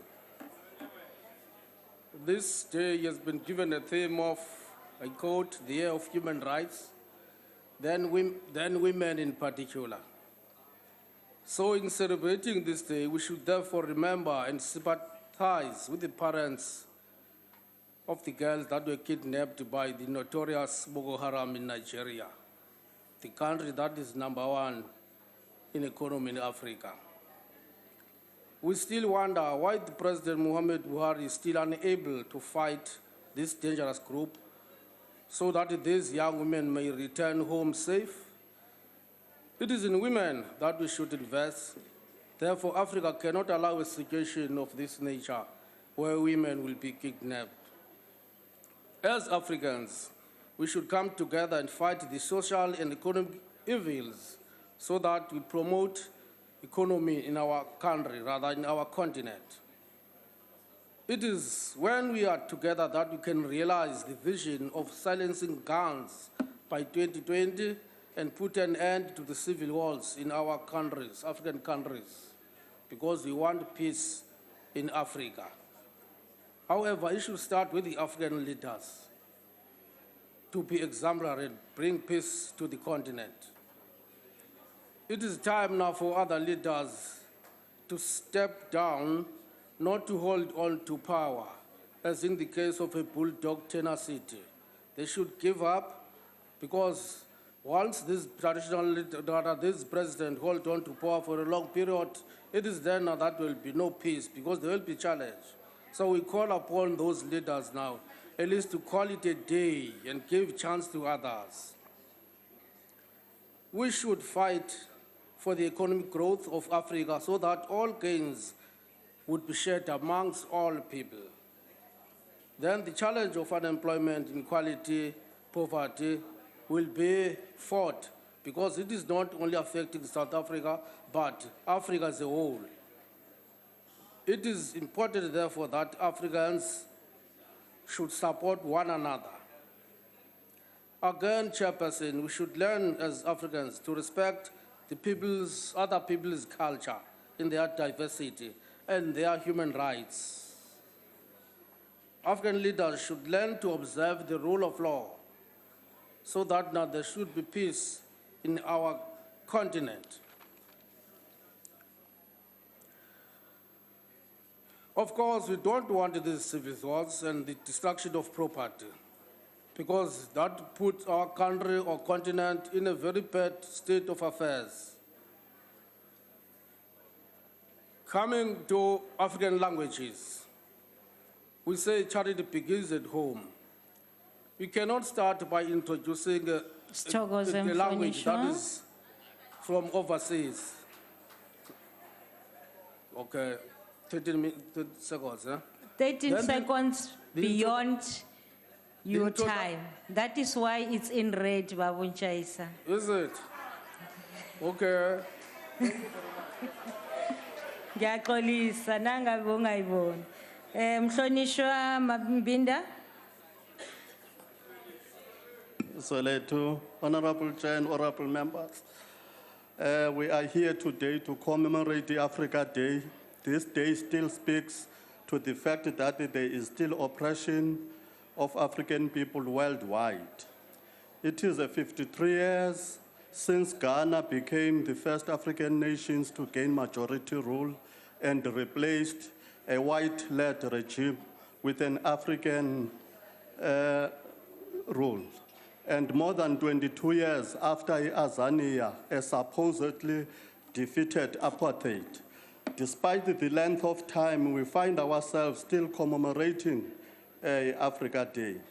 Much, if not all, of what we call independent African countries is nothing but a facade, a window dressing exercise, yes, only but a scam pulled by a neo-colonialist, designed to blind and fool the people. You will remember that there was a scramble for Africa in 1884 during the Berlin Conference. Even today, Africa is still a happy hunting ground for the imperialist. But that as it may, my Africa, it is not all doom and gloom. We have a great future ahead of us, for as long as, of course, that future is informed and guided by the principle and values of Pan-Africanism. The same Pan-Africanism which informed the ideology and the realities of Mangaliso Sobukwe, one of the founder members of the PAC, the Honorable Marcus Garvey, Ngwame Nkrumah, Thomas Sangara, Queen Zinga, Queen Meni, Patrice Lubumba, to mention few of our heroes and sheroes. Sobukwe said Africa can be organized only under the banner of African nationalism. He went further to say an independence of South Africa is an independence to all Africans, because South Africa is an integral part of the whole continent. As the PAC, we aim politically at government of all of the Africans, by the Africans, for the Africans, with everybody who owes his loyalty to Africa and who is prepared to accept democratic rule of the African majority. Socially, we stand committed to a policy guaranteeing the most equitable distribution of wealth. Socially, we aim at the full development of the human personality and ruthless uprooting, outlawing of all forms and manifestation of racial myth. We want to promote the African values and culture, and we really appreciate, the drastic steps taken by SABC in entrenching 90% local content. Thank you. Siyabonga. Mchabiseki Koti.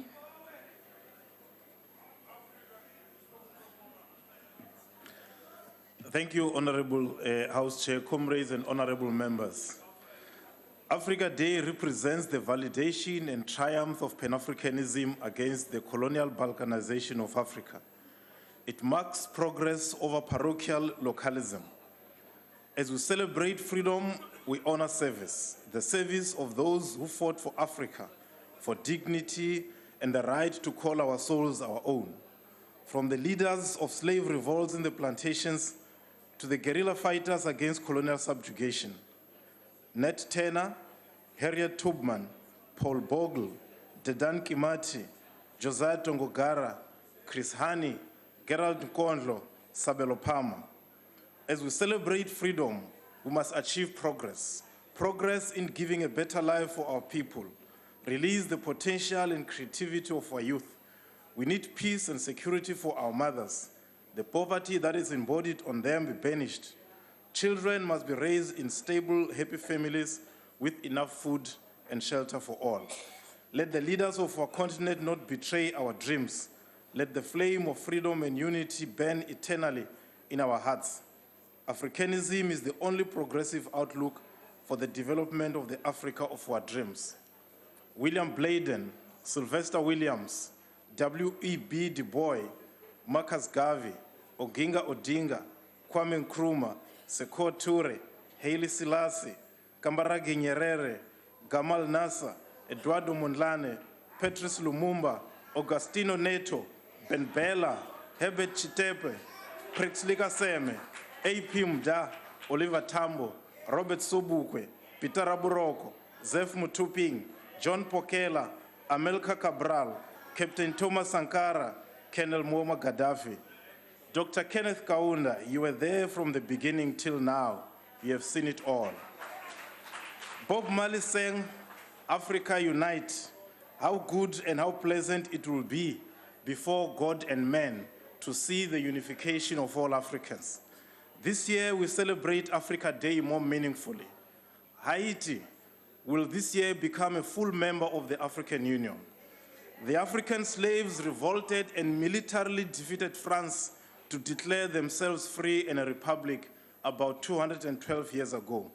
The issue of the African diaspora, therefore, moves from theory to reality. We are one and we are uniting. Thank you. Akensa. Hlonishwa James.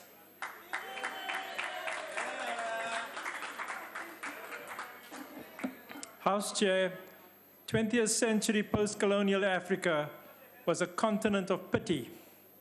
Foreign aid was its face, north-south charity its painful heart. Our self-image and our self-confidence were sapped in the 1950s and 1960s by the brutal persistence of a colonial legacy and the obvious inability of most post-colonial governments to break out of it. But deep in our hearts today, we know that there is no point in harping on the evils of colonial history. No point at all. It is over. Governments of Africa are confidently in charge now. By talking about injustice will not bring about justice. War will not become peace, and poverty will not become wealth. Progressive African governments of today have set aside the failed early post-colonial strategies of nationalization, import substitution, industrialization, and economic isolation, set aside by most, that is, except for Zimbabwe, and now proposed perversely by the economic freedom fighters, who are additionally in the business of land seizures. Instead, progressive African governments are rebalancing state-economy relations in favor of great